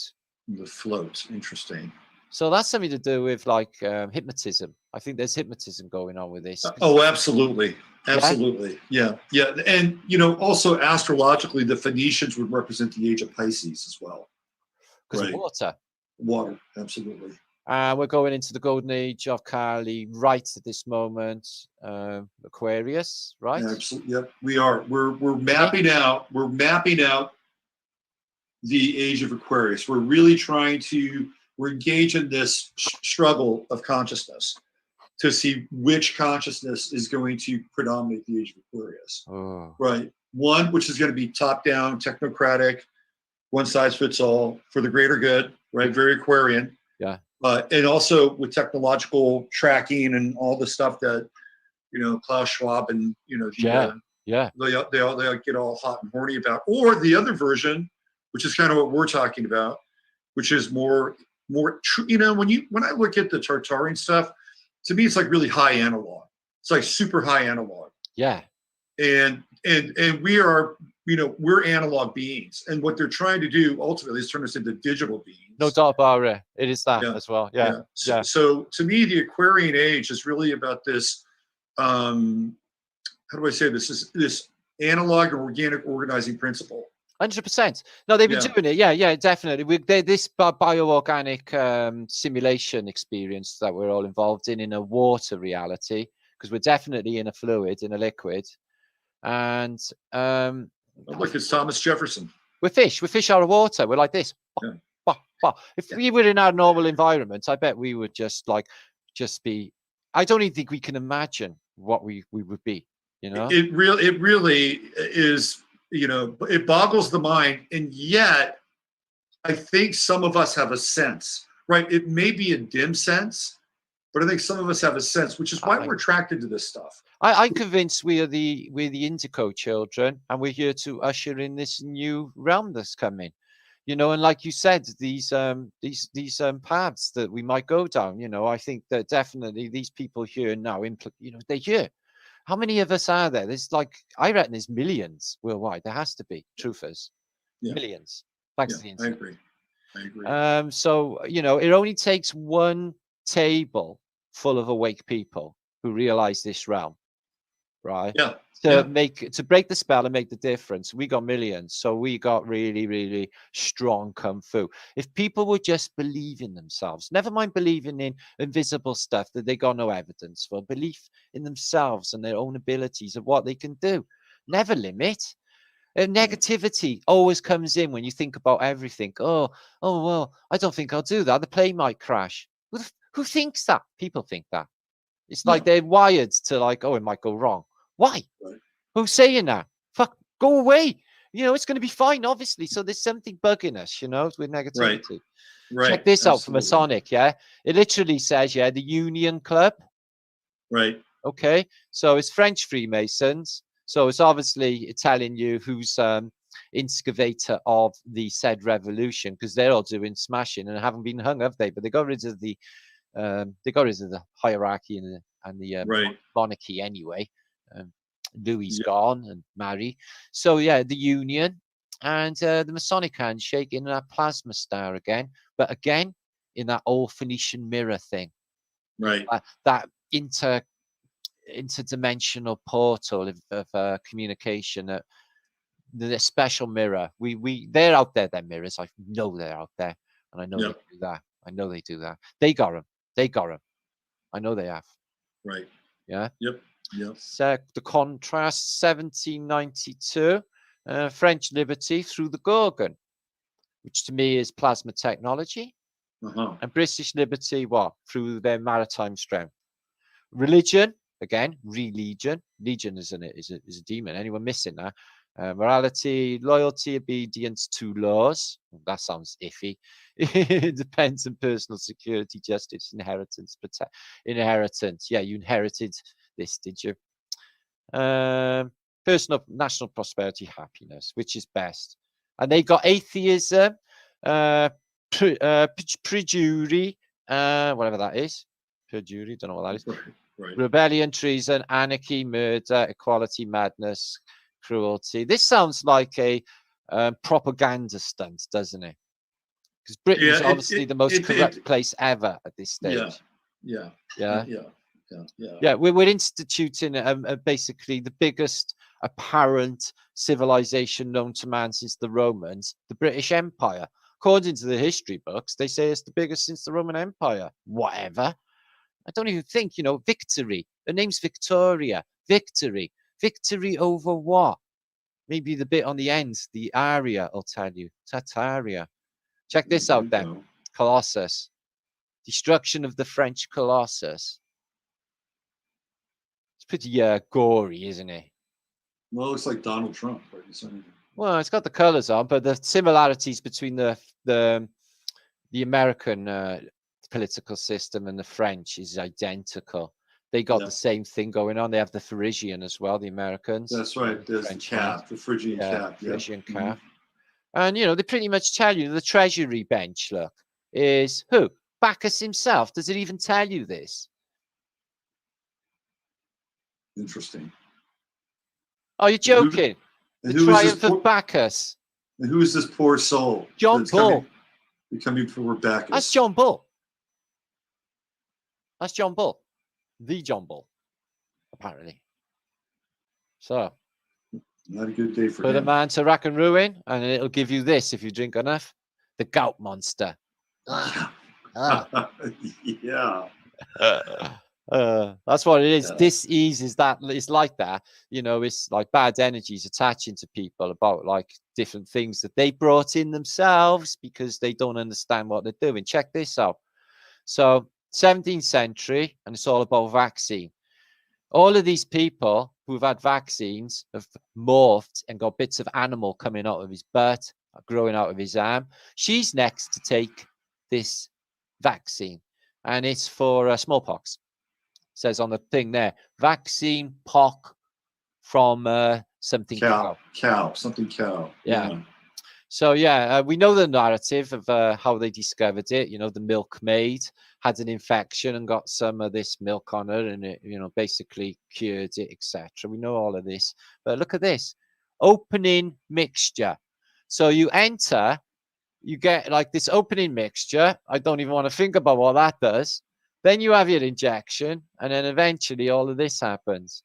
And this is like the cowpox. This is a 1700s depiction. And all of this is going down now. It's really sinister. It's amazing. Yeah, that's quite a cool one, that, isn't it? Yeah. Cool and cruel. What do we have here? Oh, bridal night, $80,000. So I'm guessing the bride was more or less purchased. This is fantastic. Right. Look at the color. Again, you've got the Phoenicians in the clouds, or the information, this bad entity. and you'll always see this owl, and you'll have, and I'm not joking, see this face on this owl. Seen that face a dozen times, the same face on the same owl. How is that? Why is the Gorgon always got saggy breasts and exactly the same face? It's like, do they know what she looks like? Right. And then these otherworldly beings in a fantastical color world. What's this? It's amazing. Is it like Phaeton or something pulling the sun across the heavens? I mean, it's that kind of, they got that. There's a few different narratives for that as well. The Egyptians got one. It was in that film, something of the gods. Oh, it was quite good anyway. Chariots of the Gods, I think it was Chariots called. of Gods. Yeah, where they just basically on cats and they pull the sun and the moon and the dome, and bring night in. Right. But yeah, so medieval image of a portal, and there's like a godly hand, that hidden hand. You know that hidden hand that helps us? Right. Yeah. It's there. There we go. Yeah, it's there. There it it's is. There. It's caring, isn't it? Yeah. I suffer with, like, I used to suffer when I was like a bit naughtier. Instant karma. Yeah. So is that her own legs? That's one of those Japanese sexual position thingies. Yeah, that's right. That's why people do yoga, by the way. Yeah, man. Yeah. There we go. See, have you ever seen this artist, Klimt? This Klimt, yeah, it's kind of, it's amazing. So he's Phoenician because he's painted Minerva, which is like the Roman goddess, but she's also the Phoenician, isn't she? You can see it there on a breastplate. But like, we find him with, he's got the Phoenicians in the background. So Pallas Athena, right? That's the title there. Is that what it says there? I can't see it. Oh, yeah. Pallas Athena. Yeah. Oh, there's interesting. The eyes, though, so haunting. They're like, who got eyes like that color anyway? They're like a yellow. So he's an interesting character, Klimt. Go back to that image a little bit. Yeah. Okay, look at the jawline on Pallas Athena. Yeah, she's got like a Roger Ramjet, like a bloke. But like she's got a homunculus in her hand, which is a naked female. So this could be the real human. We could be homunculus. They keep showing us in alchemical language that they're producing small, highly intelligent humanoids, miniature. So I'm thinking, well, if everyone was giants back then, maybe that they made us, and they're all gone, and we're left behind in this place that was originally built for giants. You've been to Rome, have you? We've been to St. Petersburg. These places were not built for us, little people. Our civic buildings, you go in, the ceilings are just insanely high. It's like, what for? Yeah? Yeah. So this is a cool image. What they say on this plaque, right, is it's a wax work, although it's a very early photograph of Napoleon, who's being looked upon by Duke of Wellington, two adversaries at the Battle of Waterloo. Only every single thing in that image, except for Napoleon, is added or fake. So this backdrop, it could be just like some sort of blanket or tarpaulin. Right. And he looks like he's penciled in, like he's not even there at all, really. The only thing that looks like a real photograph to me is the very likeness of Napoleon Bonaparte. I'm wondering whether with Duper's Delight they would stick one photograph into existence of him, and that is it. So what's your take on Napoleon? There's very little evidence of his existence. It's like, I don't think that I can't get my head around the greatest, most successful military campaigner since Alexander the Great got all that time to sit there with an artist painting so many paintings. No two look the same. Okay, so some of them he's less pointy nose, some of them he's got different shaped face, although he ages. I get that. But I just don't think these people had the time to sit there for these paintings at all. More likely they copied them off photographs. I have posted evidence, they had early video cameras as early as like they were Skyping in Germany in First World War, at least. And that's just a little time after the Victorian era. I am suggesting that Queen Victoria, okay, she could have been sitting in her palace watching the Boer War on her flat screen telly, is what I'm suggesting. They could have had cameras there. I think. I don't think there's nothing new under the sun. And if they got the technology that we got, drip feed the masses. Don't give them too much, though. You use the Phoenicians again, or whoever they are. They're making everyone have a bath. So these mirrors again, so it's a thing about vanity going on. So that's another trait of the Phoenicians, is they got this Vanity Fair thing going on where everyone is just like, and I'm witnessing this on Instagram and Facebook, is the need the women are finding to just take 100 Instagrams of themselves puckering up to themselves, all in love. There's nothing wrong with loving yourself, you know, because if you don't love yourself, no one else is going to love you. I dig that. But there is a point. That is self-worship, yeah? It's just like, I'm so fantastic. I want to send pictures of myself every day so you lot can see how fantastic I actually am. Well, that's Echo and Narcissus, right? I mean, that's the myth being played out there. Yeah, well, that's part of the paradigm as well. And it breeds contempt, jealousy, keep up with the Joneses. And I got to have what you got to have. Right. A lot of part of it, isn't it? So use gargantuan. Check this dude. So he's got lovely threads going on, but he's really massive. He's like a I don't know, what would you call him? I'd like a Tartarian. A giant Moorish pimp. It says sage. He's a gargantuan sage. So you're not wrong. So he's definitely a magic man or a mystic. But yeah, he's massive, isn't he? Oh, and does he look aggressive or a lovely person you'd want to spend time with? Yeah, you know, if he was really that aggressive, he'd be stepping on these people. They'd be a lot more afraid of him, right? They'd be a lot more afraid of him. He looks really lovely. Looks like he got a nice fluffy beard. But they're not scared of him, right? They look at the people around him. Yeah. They're not frightened by the guy. I can't imagine, just because size doesn't not automatically make you evil. Yeah. So well, if you look at all the so-called evil pricks in society, you know, the dictators, right? They're all about 5'7" and under.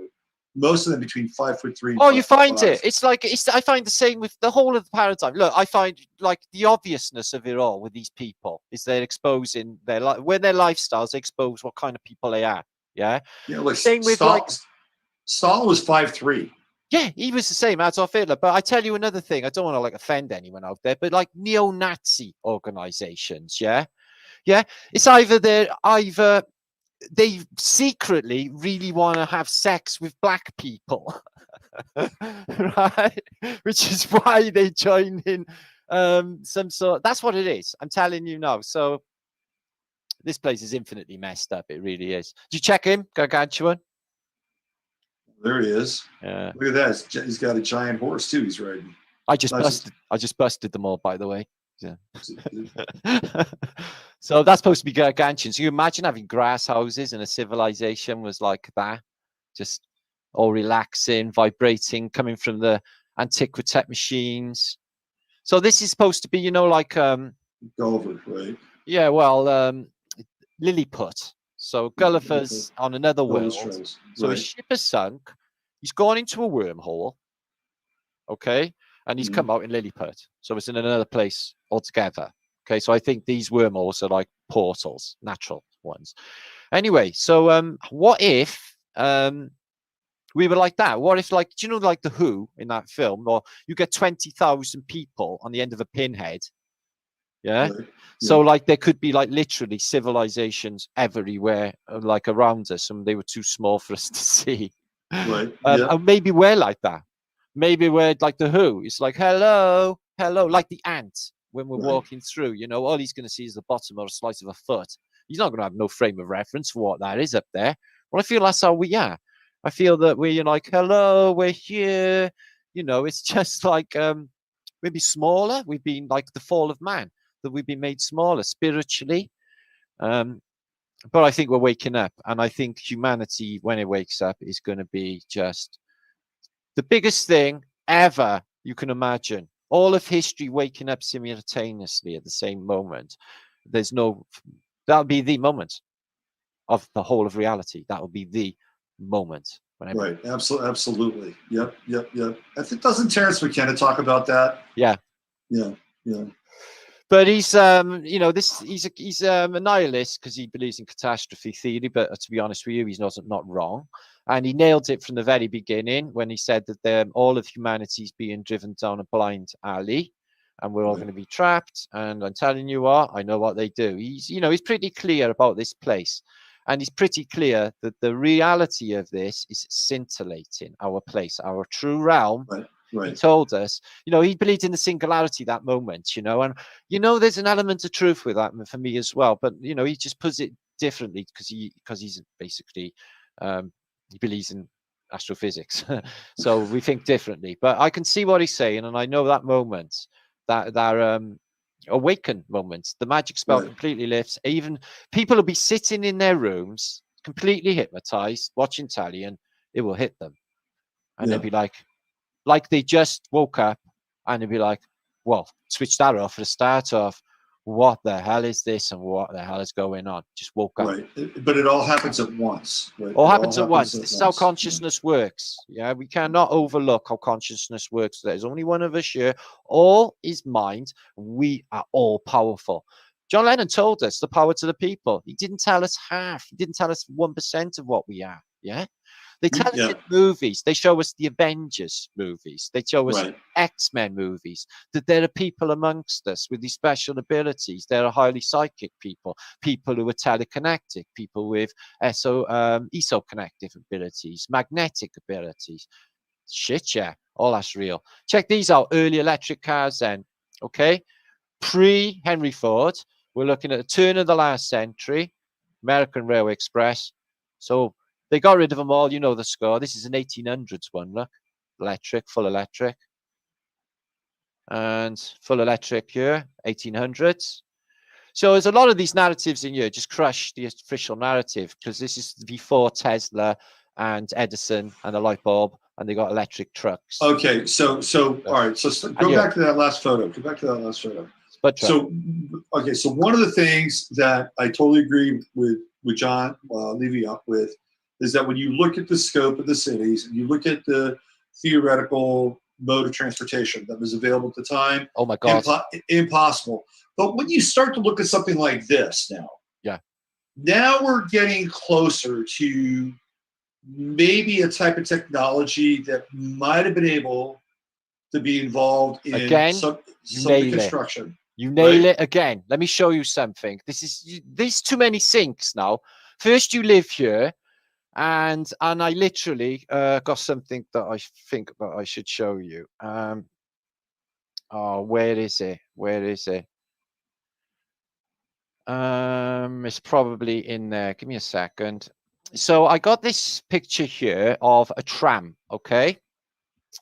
And I thought, right, well, it started me off researching trams again, okay? Because for my Brian, for my mind, I don't think this. I don't think that the horses were dragging around a bus with full of people, which up to 10 ton, okay? And then I think it's a giant leap, almost like from the Kitty Hawk to the Apollo, okay? A giant leap from the horse to electric. And then I thought, whoa, well, why has it got the tracks down? Wouldn't it just be dragging it on wheels if it was a horse and cart? Why do they need the railway lines? And some of them got central ones, which sort of proves electric. So I thought, well, where's the wheels? Not even the shadow is showing wheels.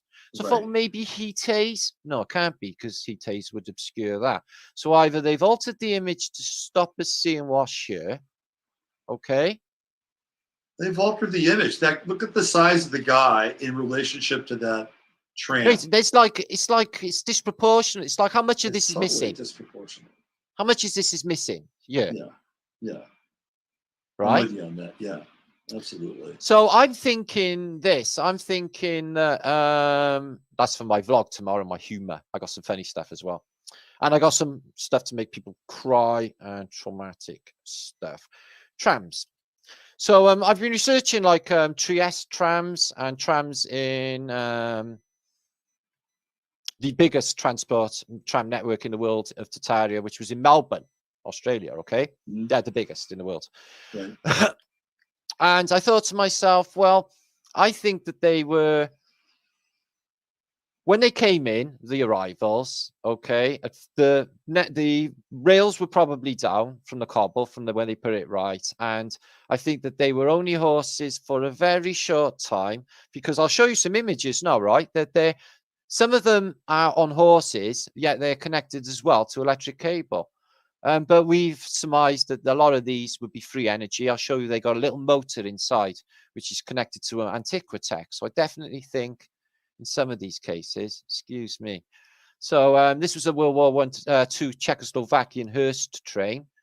Very nice condition. Again, they put electric all the way everywhere. You just squeeze through. So the ones in Russia, they had triple decker trams. And I'm wondering, like, how did this get into bridges? Was this the original height for bridges? It just boggles the mind. Right. Yeah.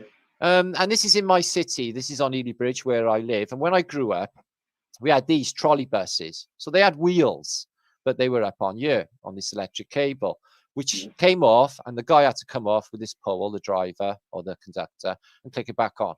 This happened every time right by here as well, in my memory.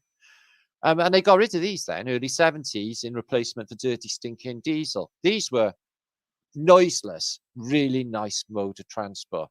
So before then, we had better again. We had electric trams. Everything gone backwards. Every single thing gone backwards. Same thing with San Francisco. Electric trolley cars. There is. Yeah. As you say it come up. Yeah. Okay. There you go. These, what are these? They got a little Antiquitech on them. Yeah. They got the middle rails, so electric maybe going into them, like scale electric type of thing. Right. And there's no horse drawn, but the ones coming from the side streets this way in this video, they've got horses on them. They're not all electric in San Francisco at this time. So you get these more like a train, and it's like a cable car. That's like a cable car. Yeah, like a Dodgem at the fun fair. It's just clicking it, sparking. Look at that mud flood in the background. Wow. Oh yeah, yeah. I can see it. Half of that's missing. It's probably a third of the building underground there. Right. Yeah. Yeah. So again, with these horse things, you know, I'm just not buying it. They sort of like a train carriage maybe, but I'll show you one in a minute with horse drawn. So this is a horse drawn in Madison Avenue in New York City. Okay.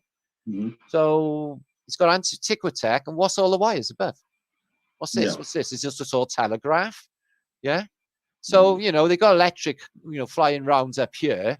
Okay. And probably street lighting electric as well, but they can. Absolutely. Yeah. This electric makes no sense to me at all. So I think that they were electric before horse. They just chucked a couple of years in when they were. Because some, like I said, some cities got horse. Some cities got, like, you know, this. So what's this is in Russia. Okay. Yeah. What's propelling this? And there's no track there. There's no electrical wires either. Look at that. No electrical wires, just a tram. Right. I think it might be just tracks there. I can't really make them out. But again, you know, what's it running on? No wire above it, nothing. It's just. So that one is running off. You can see, you know, the electric. That's in the modern day, as you get accustomed to. Fantastical little affairs. And they used to go hammering along, but in the days before cars. It's a bit like, you know, wow, that's futuristic, isn't it? For days before cars. This is in Melbourne, right? Right. The biggest one, and they put it on the remnants of an old castle. Look at this Detroit Opera House there. So outside that Detroit Opera House, where they got the massive tower at this time, which is basically a halogen lamp, a moon lamp, shining the whole of this square here. Look at the Phoenicians there as well. And it's traipsing her across with horses. And there's wires above it. Look, can you see these? Absolutely. Yeah. Does that make sense? No. No, does it help? Makes no sense. Makes no sense. So, this one was in Melbourne, and there was like literally a fort there, and they turned it into this ferry terminal. It's crazy, Melbourne, for Antiquitech. So yeah, the wires are there anyway. I think they just had to, like what they do with everything, reverse engineer everything. That's Grand Rapids. They another one that dismantled their entire tram network. Many cities did. Check that out. It's another double decker electric trams, Paris. Wow. Yeah. Look at that. Yeah, I know. There's nothing running now, is there? Where's the wires above? Maybe there. Maybe. Some of them are steam powered as well with with compressed air we've seen, and some of them with. Well, that's another technology that was really neglected, right? I mean, some of the early steam-powered cars, theoretically, the turn of the century, were decent, right? Listen, thermodynamics can be tweaked. You can make these things go quick, yeah. Yeah, absolutely. But Look of at that course, one there as well. Double decker there, big thing going through. And look at these doors here going to the underground of this building here. now where's this? Moscow. Moscow. Yeah. Interesting. Yeah, look at that. It's like a bunker. You get a lot of them. I've seen them in old depictions as well. So again, nothing going on with the wires, just free. Oh, this is a fantastic shot of Moscow. Look at that place there. Just Wow. massive arches. I know, but like, you know, it's just so, why are they so broad, the streets? You know, they design streets for the motor car with no vision of it coming, apparently. So they're broad enough for my mind for to tell. Larger race, right? Too. Yeah, and balloons as well. So this what's been going on has been happening some time. You cannot come on here without your mask. The mask. And that's in Seattle. 1918. 1918. Green Lake. I lived in that neighborhood. Really? I swear to God. So many sinks. It's just crazy. Have you seen the movie The Shadow with Alec Baldwin? Yeah, of course I have. When he lives in that underground thing, yeah. Yeah. So that plus the pneumatic system that they portrayed in that movie. See all the steam pipes there, though. It's like a labyrinth of them. Yeah, and so the pneumatic system that they were able to send messages through, all the way throughout New York, like all based on air. Mm. You know, that's how they were. They had one pneumatic tube, apart from the pneumatic trains they had there. They had one pneumatic I think it was going from Wall Street to Rochester.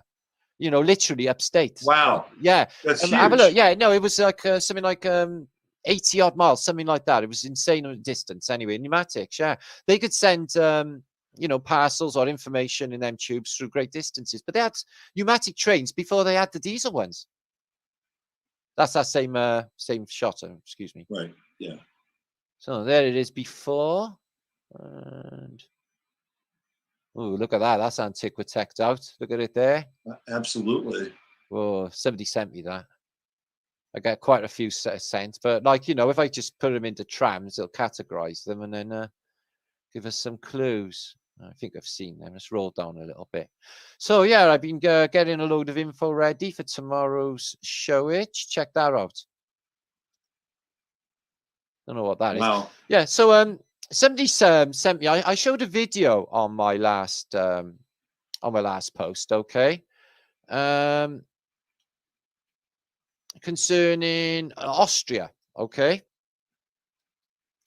Let's see if it comes up. Colorized, there it is.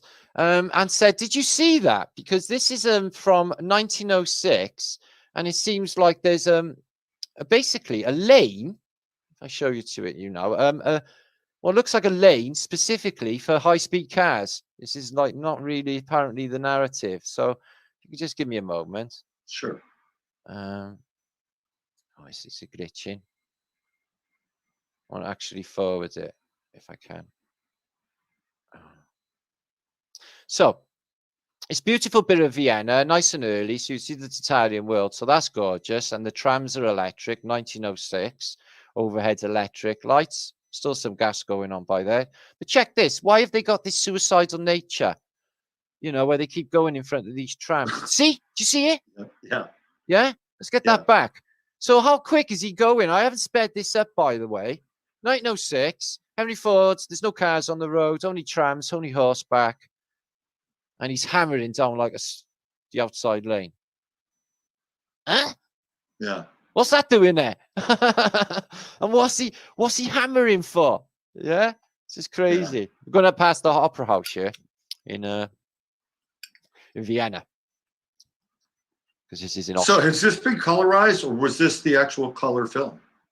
No, they've been colorized, so they've been altered, and it brings them to life. They've been digitally enhanced, they say. Because you never know with some of this stuff. Like, well, gee, maybe they did have a color film. Right? Well, maybe they have. I'm not saying they never. Yeah, you're right. Yeah. I have seen early color footage. I've posted on my channel. You know, Trip to the Moon and some other of the Lumiere brothers' work. They do color. Oh, the Lumiere brothers stuff is amazing. Yeah, it's all colors. You know, they use like, and I'm talking HD color as well in some of their stuff that I've posted.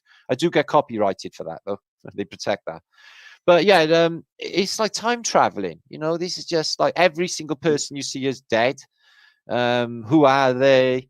You know, we know nothing about them. And look at this older civilization in the background. This the size of these doors, these arches. This is a technology. It's enormous, enormous. What for? We're only tiny. Look at this guy. He doesn't even come up to this plinth. And Martin, there's not a lot of people here either. Right? Not a lot of people. Not for 1906. Not for Yeah. the city of this size of million people or whatever. You know, 800,000 people at this stage, mind you. Yeah. And it's the capital of the Austrian Empire. This is the hub. Yeah. Right. This is the Habsburg territory. This is the Habsburg's hub, man. This is where it's going down. Never mind Berlin at this stage. It was this. Yeah. Look how beautifully and immaculately everybody's dressed. Incredible. And the other thing that I noticed about, because I've looked at a lot of older films, you find very few obese people. No, you do not find hardly any obese people. You're quite correct. Yeah. We find that most of them are wearing black or plaid or what have you, but nobody's in light colors considering it's hot. Right. Yeah. And then you get the umbrellas. So we're thinking like they may be new, like they, apart from the fact that they look empty in their eyes, these people look super naive. Like they've just turned up, been shown, you know, just introduced to this world. Check it out. You go and find your own way. What is that there, that man there? Can you see that? Yeah, I can see that. Is he there? Is that real? Is it an advertisement? It's a poster. It's a poster. It's a, through me. Look at that beautiful building, though. Yeah. That's pretty neat. So maybe they know that the sun's distilling them, damaging them in some way. But the clothes, these are government clothes. These are like D-mob suits. Yeah. Right. Yeah. Everyone's got the same. Everyone wears a hat. Nobody has their hair long. Well, that was true almost all the way up to the 1960s. Definitely. And why did boys have to wear short trousers back in the day? Look at that lamppost there. Just for that. Yeah, that's a lot. That's a lot of craft work just for a lamppost. Wow, it looks like a crystal on top, like an aerial. Look at that thing. That's amazing. Look at even like just that lamppost, how beautiful ornate it is, and all the detail. This is this world, and it looks old. That lamppost looks old. Oh, for sure. Right? Yeah. Like they didn't put that lamppost up like 2 or 3 years before the whole thing happened. No, not any of this buildings.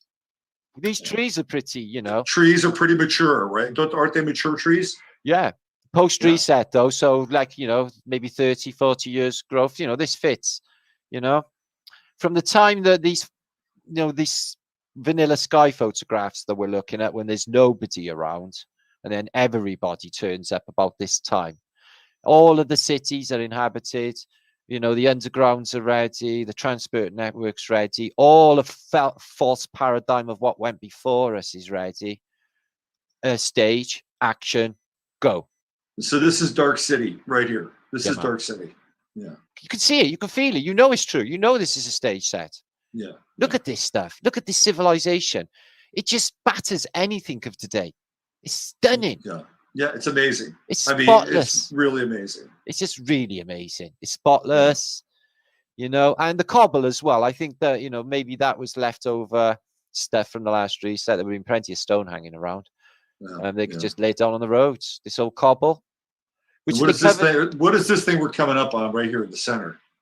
A horse and cart, or a guy pulling a cart. No, this statue. This. No, this year. Okay, there's one in St. Petersburg. There's one in at the end of Madison Avenue in New York. There's one in Belgium, in Antwerp. There's one in this city, which is a Phoenician totem, which is a totem which got like all of Phoenicians on an island, like a floating island with the features. And these are ships. Do you see? Oh, interesting. Yes, absolutely. Ships, yeah. And you'll see this exactly the same thing. You have a look. They got exactly the same one in. I think Paris got one as well. I think all of the major capitals, but they're identical, all of them. Look at that. Look at that. Absolutely fantastic. And they're still there today. The Madison Avenue one's identical. It's all the Phoenicians, look, coming up from the water on their little island. And these arches as well, you know, I think they're definitely tech. You know, I think that maybe they just go full down, full size. Maybe they're a circle. Well, that's Right. a weird feature.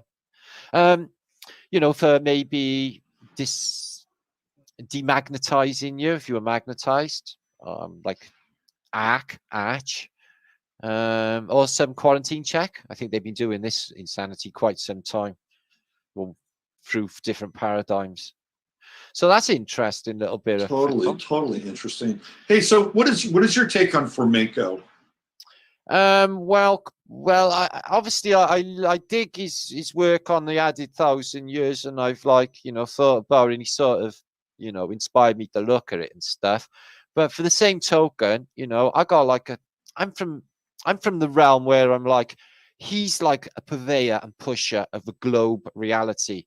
And, you know, for my Brian, that is basically visually. Right. I'm just saying, yo. Yeah, he's pushing a fake narrative as part of it as well, and you know the nukes and everything else is in with it, and it's just like, you know, they put these people in place, and he's been pushed like by the establishment. He's one of them. He's still around too. He's a professor. Of course he is.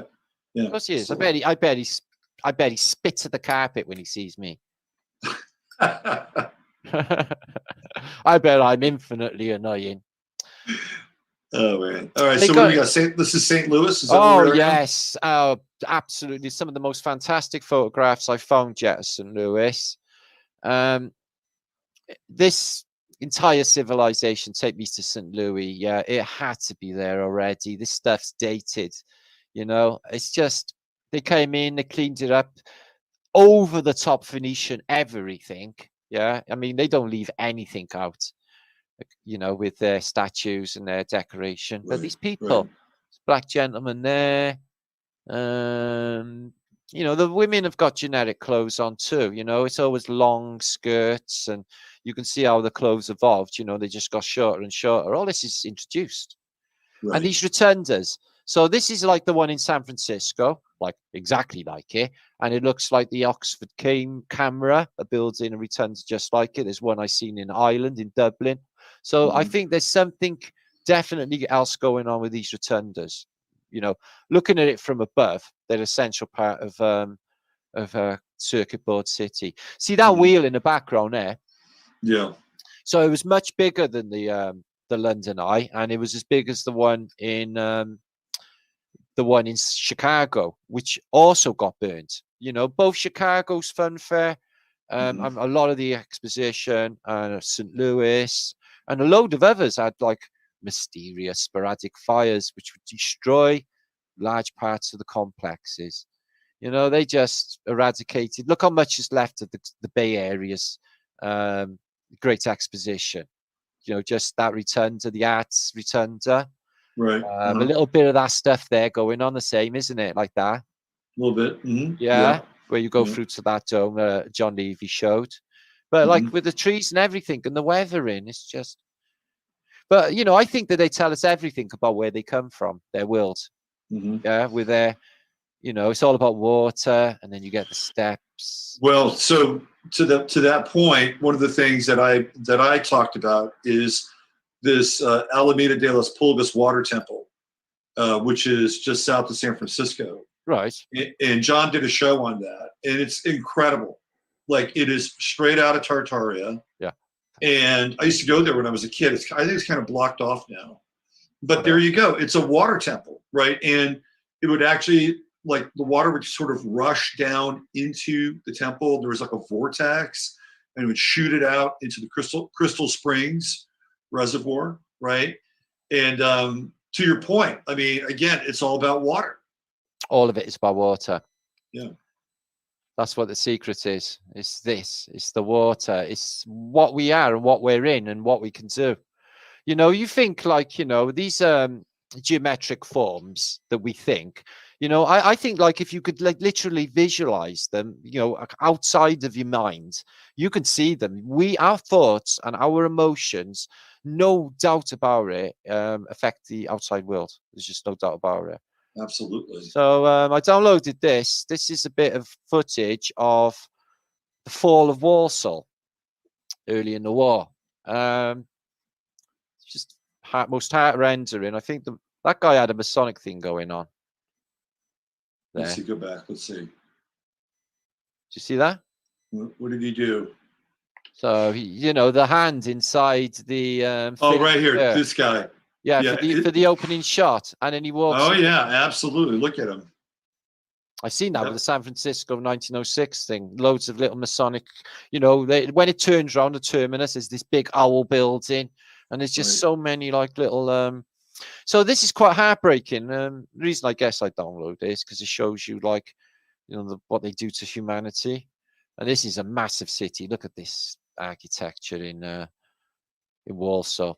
But you know, I've first looked into this and I've vlogged about it. There's not much left of a large section of Warsaw following the war. The Warsaw Ghetto, that went, and a large bit of the centre. Outstanding architecture, really, second to none. Just the best. Gone. But this, you know, surprisingly, some of it's still there in the modern day, I guess. So, do you think that the Masons ran the reset? Like, do you think that it's like no, the soldiers, foot soldiers. Foot soldiers. Yeah, they all are. The final, I can't say who the final controllers are because I don't even think they're human. They are like, because of the insanity. Look, they just create this. You know, this is just people. This is within living memory, brother. This is like my mother's time. Yeah. When she was a little kid. So there's people around now who were alive when this was happening. So this is like not in the distant past. This is what they were doing to people relatively recently. Is murdering them en masse in war. Yep. People just don't know. I've known this. I've known this about them, about unsafe that they are. But it's just all they can just like all out war on humanity. They're doing now. Oh, absolutely. Now, so not slow kill, but now they're moving. They're accelerating. It is 100% going upwards. I can 100% agree with you. They are definitely accelerating it. You know, they didn't need any pathogen. They just needed the fear, the control, the television, the media, a load of bullying, a load of threats of what we're going to do to you if you don't have it done or don't do this. And not to mention a lot of psychotropic drugs that people have been taking for decades now, whether they've been taking them and having children with psychotropic drugs, basically infiltrating their cells and their DNA, or they're taking psychotropic drugs now. That's going to impact their ability to deal with reality. 100%. Right? This is a huge deal. Not only that, but we also have a huge drug problem with methamphetamine and fentanyl and all these other drugs, and nobody ever really talks about that, right? Yeah.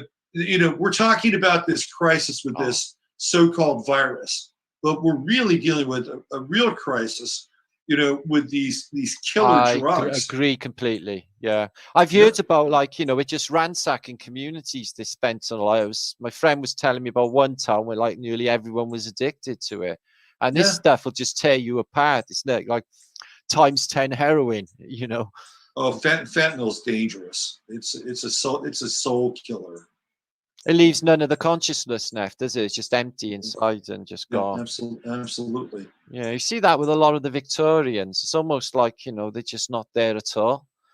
And it's a very, you know, what we find is they're all dressed in black. So they're in mourning for something. And in the Christian world, everyone is guten Morgen, good morning. So what exactly are we mourning? Right. Yeah. So the whole structure from the off of a new day, which was to be should be rejoiced, is mourning. So it's all this, you know, this Jesuit religion, hammer horror, sort of lingering. Hammer horror. Yeah, thing to it. You get what I mean? Little Christopher Lee, Yeah, exactly. So that's their structure to it all. It's just elements of sadness and fear. You know, they worship a torture victim, for God's sake. It's just craziness going on. Right. Yep. Oh, it's just, ow. It's not. Look at this. And the Jesuit stars. 1, 2, 3, 4, 5, 6, 7, 8. So yeah, I would say that because of the dating and that, after the reset, you know, they would, you know, the Freemasons, you know, Adam Weishaupt and all of this came along, and the Illuminati, you know, out in Bavaria, this place where the Nazis have come from, etc. Right. And this is all like in the 1700s, but they were in place before the Jesuits. You know, the Jesuit, if you studied the Jesuit oath, have you seen it?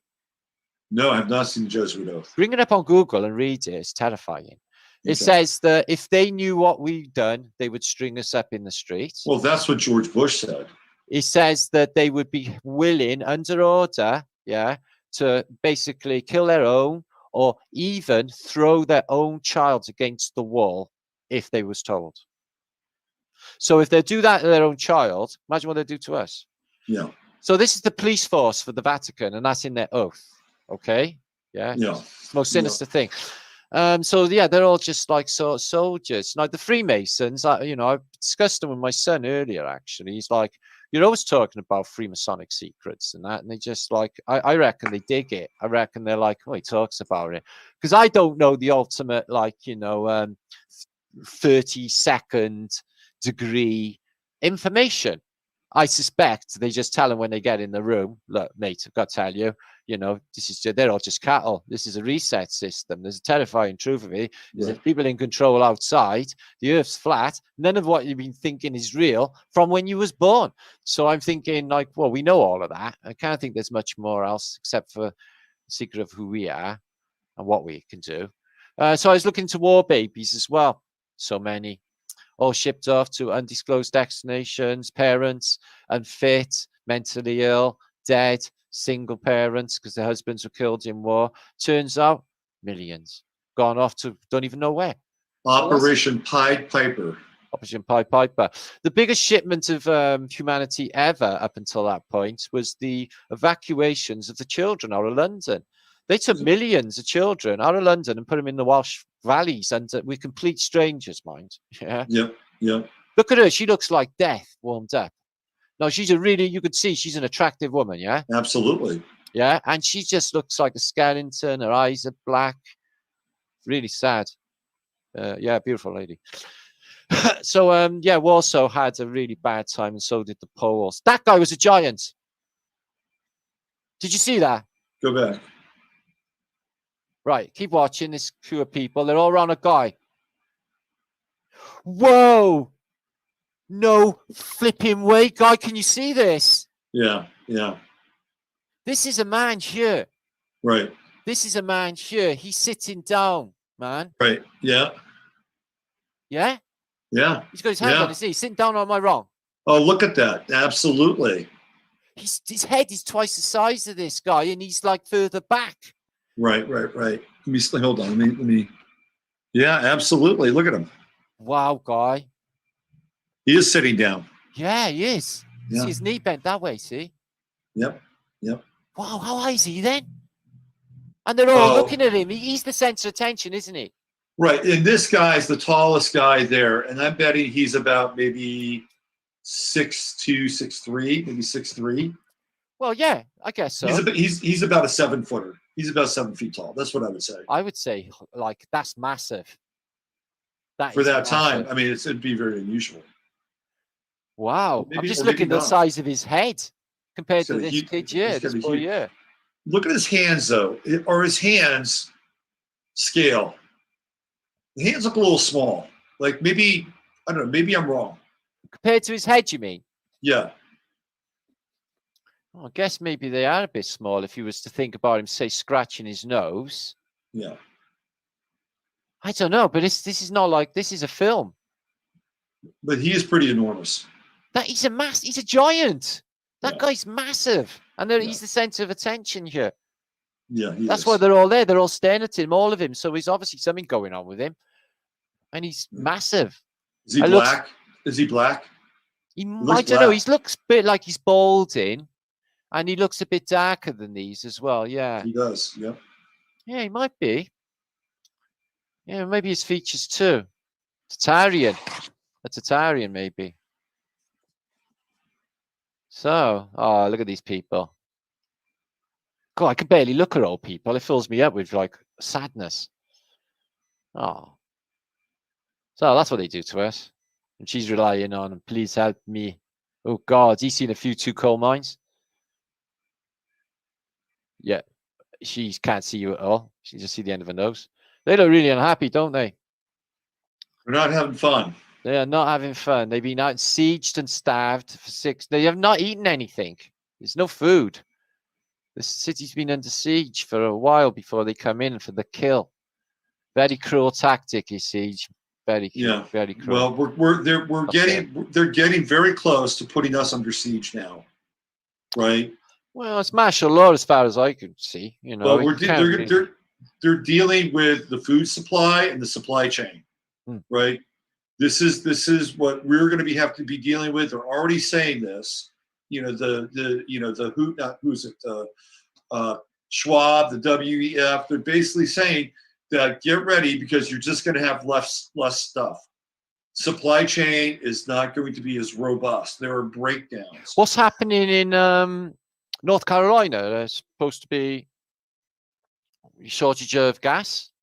So they had the Colonial Pipeline, which was theoretically hacked by Russian hackers, which is complete and utter rubbish.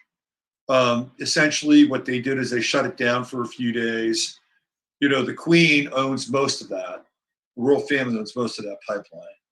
But that's part of what's going on here now. They're getting people used to things like no gas, no power, shortages. No food, shortages, right? Well, and shortages are part of a siege mentality, where you hold a society or you hold a civilization in a synthetic siege environment. Exactly. Just like 1984, it was all based on shortages. Remember how excited they got about, you know, he's looking for a razor blade because he can't get it because it's, you know, they're that rare. And there's been a chocolate, you know, they give you an extra gram chocolate and everyone was rejoicing, only to have it retracted the day later. And everyone's like, just mind controlled is like, oh, that was not a thing then. Right. Just show you this. This is this came up this week. It was made for me. It's fantastic. This was basically, I interviewed this girl earlier who's a fantastic mud flooder. Mud Luge, the new name for mud flood. Okay. Mud Luge is the thing now. So flat firm. So this is all about, basically, it's like the Cherubanuskis. This guy, this girl had done this. It's fantastic. Okay. So they did me like a little Tartary video, which was really nice. And an advert for John Levy, Laura, and Black Sheep Researcher as well. But basically, it was to promo my new book, which is out next month, June, which I'm looking forward to. Holy Grail of the Great Reset Questions, Part 1. Part 2 will be out Christmas. I'm going to do the trilogy then. So that was my first book. A little bit too advanced for public consumption. Unfortunately, I had to water this one down because basically they're all too stupid. Oh, this is great stuff. Yeah, fantastic. They linked at the end because they know I got a thing for the Who, right? And I love Keith Moon, right? Because he's mental. Yeah. Right. Yeah. Keith Moon's brilliant. So they linked up on this site. Won't Get Fooled Again. Yeah. What a track, brother. It says it all in there. Yeah. You know, meet the new boss, same as the old boss. That's what revolution is, man. It just revolves. They get the new paradigm. It's still one of theirs. Not this. This hasn't happened. You know, what's happening now is new. They have got like no handle on us. We're wild, free range. We're not scared. And what are they going to do? Well, they're going to find out what we're going to do. Hey, let me be the host again. Okay. Or I'm going to be the host again because I want to show people your book. Also, I've got it here though. I've got it here. If I just show you, there's something else I want to show on Amazon cool. as well. Excellent. Because there's two things. Okay, man, you got controls. Yeah, let me just do this here. Give me 1 sec.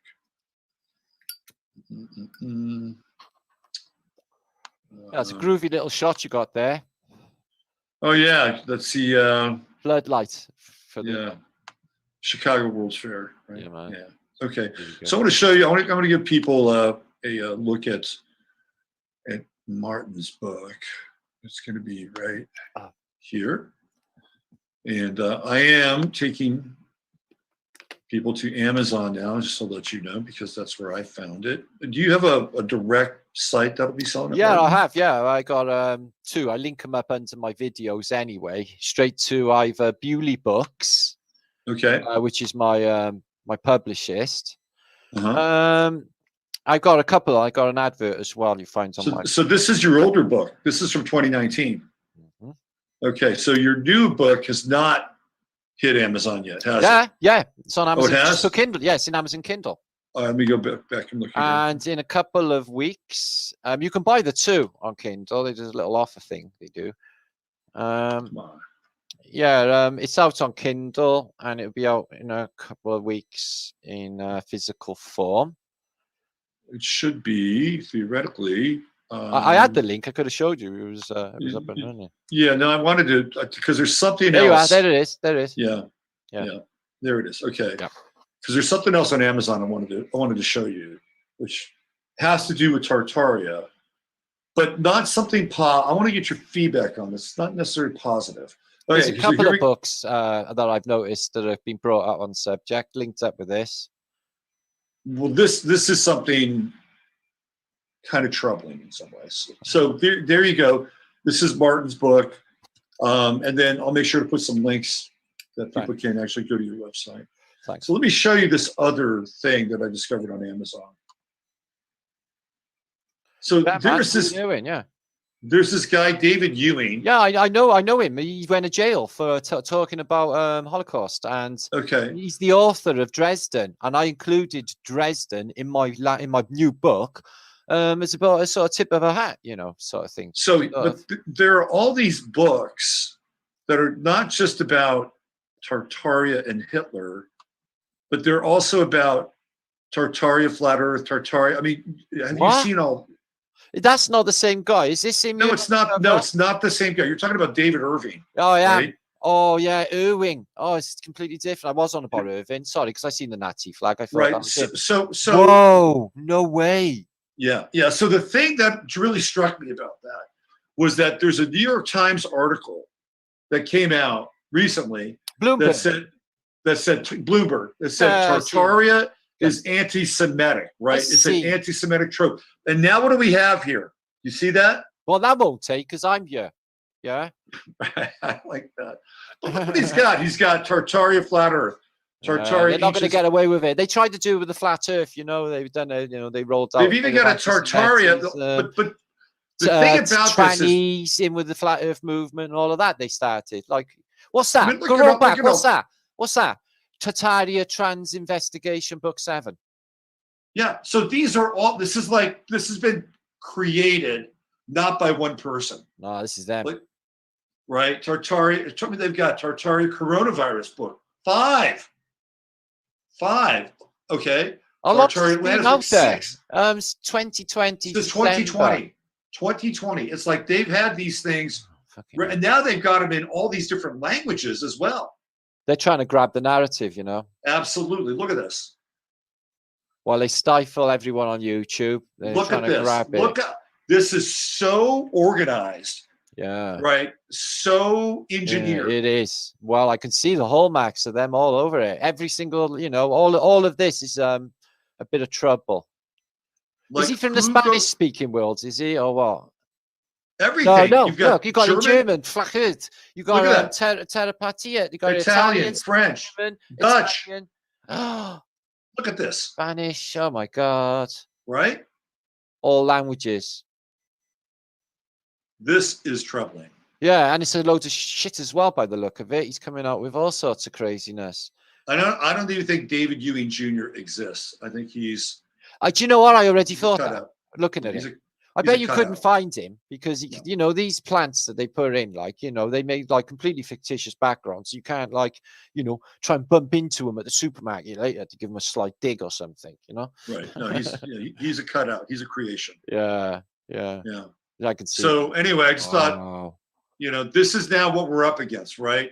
They're going to tell a version of this. They're going to create the National Geographic version of it. But the one that really got my attention was the one that was connected to Hitler, because it gets right into that Bloomberg narrative.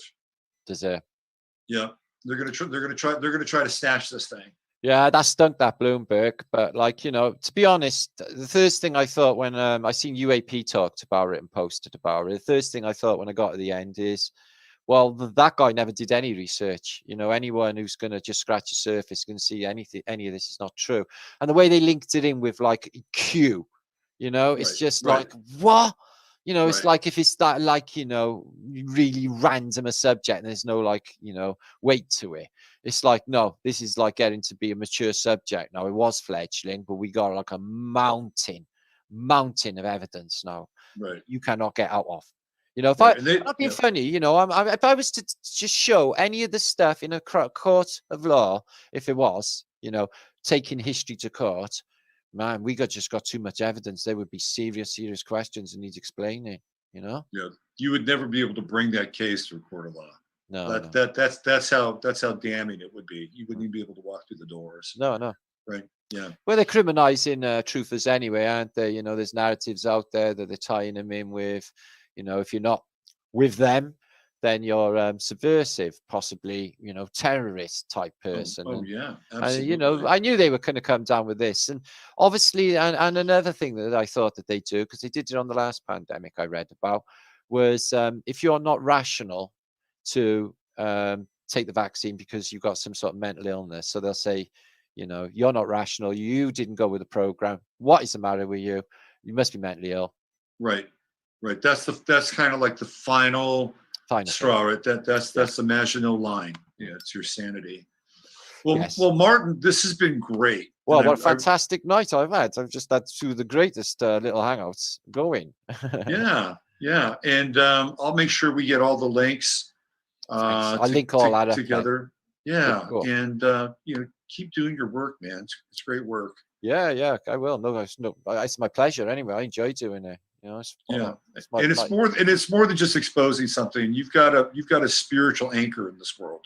Yeah, and that's the other side of that. So props to you, and take good care of yourself and your family as well. Oh, I do. I try. My buddy rabbit. Buddy rabbit. Yeah, I haven't got a flat for a little dog and all, and I love rabbits. I'm like Pat Rabbit. She's like beautiful little Bernie rabbit, and she lives in my house, my flat.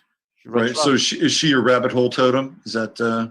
She's like a big, fluffy, cuddly rabbit, right? Black rabbit, and she's just like, you can just squish it up, and all she wants to do is basically eat, and then just be stroked forever. Okay. It's crazy how they're affectionate rabbits. You know, they're so loving creatures. They're really, really loving. It's an animal I've never connected with, but I'll take your word for it. I never knew, to be honest with you. I always thought they were just like, you know, I seen them from afar and thought that they were dumb, but they're not. They are really intelligent. Yeah. You can guess some as way intelligenter than some dogs. And, you know, up there with cat intelligence, you know, they're really, really smart. You can talk to them. They understand words. They train easy. And they're really cute. I think they're cuddly and cute. I love them. Well, who doesn't really love a rabbit conceptually? They're adorable, right? You know, I'm going to try and mend the errors of this realm. You know, what they did with Watership Down is unforgivable. And Bambi, yeah? Well, what? Bambi's trauma. It's a trauma film. I haven't got over it yet. I need to put things right. Okay. You're doing a great job, brother. Thanks. All right. Thanks, Rob. Yeah. Take good care. Lovely to meet you anyway. Yeah, great to meet you too, Martin. All right. Bye for now. All right. Thank you, my brother. Platforms. You're allowed to record. You are absolutely epic. And also, if there are any images that you want to share, I could allow you to share screen. And I got some groovy stuff that I could share and show you what I'm up to. That would be fantastic. Okay, so when that happens, what I will do is I will make you a temporary host, right? Yeah, that's right. Yeah. And then you can just pop them right up and we can get right into it. Okay. Absolutely stunning. Thanks. Cool. You bet. All right. So we're going to be going live here in about 2 minutes. I think we got a pretty good roadmap, and there's obviously there's plenty to talk about. Yeah, I just got off another interview just now, half an hour ago. Fabulous interview. Oh, good. We all had shivers, everything. It was really buzzy. It was really buzzy. Yeah. Good. So I hope you can keep it going.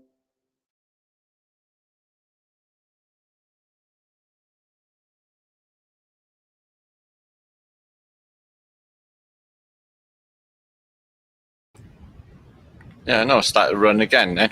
I'm actually dropping off, guys. I'm not going to be able to stay around too much longer. I'm absolutely knackered. That was enjoyable. I actually really enjoyed watching that back. And I was actually there. So that was really good. I enjoyed that. So I'll give you all a few shouts. There is plenty of Flat Earth British to catch up on. I've got a 5-hour vlog from the weekend, which was fantastic. We fancy a good little giggle. Maybe when you're doing the ironing, because it's 5 hours long, do it in 2 parts. Okay? And check that out. Okay? So let me have a little shout to you all. We all had a fantastic time there in chat. Alva Billy. It was fab. I know these interviews are getting better and better. That guy was fab. He knew everything about everything. And it was really cool. I didn't have to struggle once. It was brilliant. I love that. I hate having to struggle. It's like, they don't know about anything. I can't stand that. But that guy, yeah, he knew everything about our subject, which is absolutely brilliant. Oh no, get out. Good to see you. Yeah, earthquakes coming. I would concur with that. Tina, funny. David Icke said that to Wogan, didn't he? He said the earthquakes will increase in the future. I think Freemasonic Brothers told me. They left me on the television. Just saying, you know.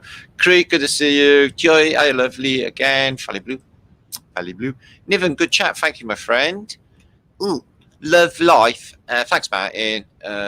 You do help, and that's why these towers all went up during the shutdown. Oh, yeah, the 5G thing. Yeah, that's definitely a thing. I won't worry about that, because if you can't fry us, because they'll be frying them as well, unless they get deep underground. So I'm not going to be doing that anytime soon. Rob Dirt. Not that I give a flying fuck anyway, but just saying. How would you say that? Just me? Oh, yeah. Master of Disaster. Yeah, that would be me. Master Disaster, you can rely on me. Fuck up this place royally. Break it, yeah. Proper break, yeah. Jersey Bob, good to see my brother. Jilly, I love. Oh, don't worry. Just have to play it back if you missed it. Just can't be wrong for everything. Life's like that. Stephanie Campbell, good to see you. I believe Campbell's here somewhere. I see him in Chattage, who is Autodidactic Channel. Gary Feltham. Gary did. Knuckles. I keep thinking Knuckles is Dave Knuckles renamed, but he won't tell me, and I'm getting confused. I get confused. Easy, Dave. Missy L. And Tree of Knowledge, formerly Sonia Testament. It is Sonia Testament. She's still Sonia Testament. She's changed the name to confuse me. Zarmoxy, good to see you. Stephanie again. Two Stephanies in chat. Might be the same one. Experimental Elemental looped. I know. I was watching. I was thinking, this sounds a bit familiar. Very familiar. Fucking playing it again, man. Don't worry, it didn't play on too long. Good if I fell asleep and left it on. You know, just sat there all night. That would suck. Bambi meets Godzilla. Oh, Bambi. I had a fucking terrible fucking time with Bambi. Don't bring that up. Okay, just don't. Poor Bambi. Thumper. No, don't thumper. That's bad advice. Brian Burda, and I am Carios. Good to see you. Buy my records. Get it, homies. Buy my records. You have to be more specific. They can be really shit. Yeah. Just saying. Just don't know what your music's like. I was just chucking it out there, don't I? Dragon Sage, Blinky, good to see you. Hippie trees, wallflowers. Sophie Pendragon, eh? Interesting name, Sophie Pendragon. Named after Arthur. He was Welsh. Definitely Welsh, King Arthur. Or the other Arthur, the second one, I mean. Jenny's there, and Jermaine, Jermaine basically got renamed because he lost his channel and YouTube fucked him up. I'm actually, as a YouTuber at the moment, stuck in the mud, but I'm not going to let that bother me in any way, because I've been down this road like a few times before in YouTube, yeah, and they're wankers. So you just got to forge ahead and just make more fucking noise, push past their barriers of bullshittery. That's what we'll do, okay? But I got other stuff. We got other stuff ongoing, guys. We got these truth books out there. They're just going to wake up more millions, because surprisingly, I'm finding that, I don't know, maybe a quarter of America's not actually on the internet because they're old or whatever. Not everyone is online. There's an entire generation out there of like 70, 80-year-olds. Don't know shit. They can't even work the remote control for the fucking television, guys. My mother was the same. She's like, what buttons do I press? What, the one for one? Oh, well, they got very confused and these very, very quick. They fucking did. You had a couple of buttons and they went to like, poof, you got all them buttons now to choose from. What do they all do? Well, they all do exactly the same as the couple just down here. You know, the old, like, you know, play, forward and reverse. All the other ones are just bullshit to look good, actually. Fucking heads up. Don't need it. Don't need all them items in the shop. There's a fucking heads up. Do you know what? If you go in your local paper shop, you're literally, I guess, a vibrational, I'm in a load of like spew feeling because it's all poison. It's like I'm getting in a bad trip of like Willy Wonka's chocolate factory shit happening. Yeah. It's like booze over there, like death. Yeah. Scratch cards there, and you'll have some woman. No, some woman was buying a scratch card the other day, like spending all of her family allowance on fucking scratch cards, like they do. Yeah, hoping to win $1 million. You can't give a fucking $1 million to a person like that; they will be dead within a week. And so there's that at the counter waiting for them. So they make sure that they can get all of the money off. I mean, scratch cards and alcohol. Oh, I only have the one vodka on a payday to treat myself. No, you said that yesterday, Mrs. O'Brien. And the food. I just like, I gotta go, like, if I go to my local supermarket, I gotta search for like fucking ages to find anything fresh and palatable. Yeah, usually ends up on potatoes, and they're not even up to fucking scratch. I'm a little bitch about crap food, aren't I? And stuff, the state of the nation. What happened to Britain? Fucking too unpopular front. Wolfie Smith's Bar Miami. Yeah, don't worry. Anyway, I gotta fuck off. John Charlton, I gotta get a drink. And I just fallen asleep. I didn't have too much sleep last night. Like 5 fucking hour vlog, and it totally tattered my fucking brain, my Brian. It's just all the preparation and everything before. I just go, Campbell will tell you, it goes on forever. You never end it. And then there's all the shit after as well. Billions of everything. Anyway, Martin, ask Laura maybe tell us Russian fairy tales. I bet she'd be good at that, Caper. Yeah, defo. Yeah, she got some of that stuff. No, Avalon is in the mystical city in the mist, they say, which is Glastonbury, which is not Wales. It's in Somerset. So it's all flat going up to Glastonbury. It just sticks up. It's a real weird prominent. There's a few of them in Somerset, actually, but that one's weird. It's got church on top. Looks like, when you look on the side, looks like a tit. And it does from Glastonbury Festival, anyway. Looks like a little woman laying down because there's a hill in front. Maybe that's just me. But anyway, I think it's a pyramid. I think there's something under that hill, and there's a few of them in that area. Maybe mining spoil or some such.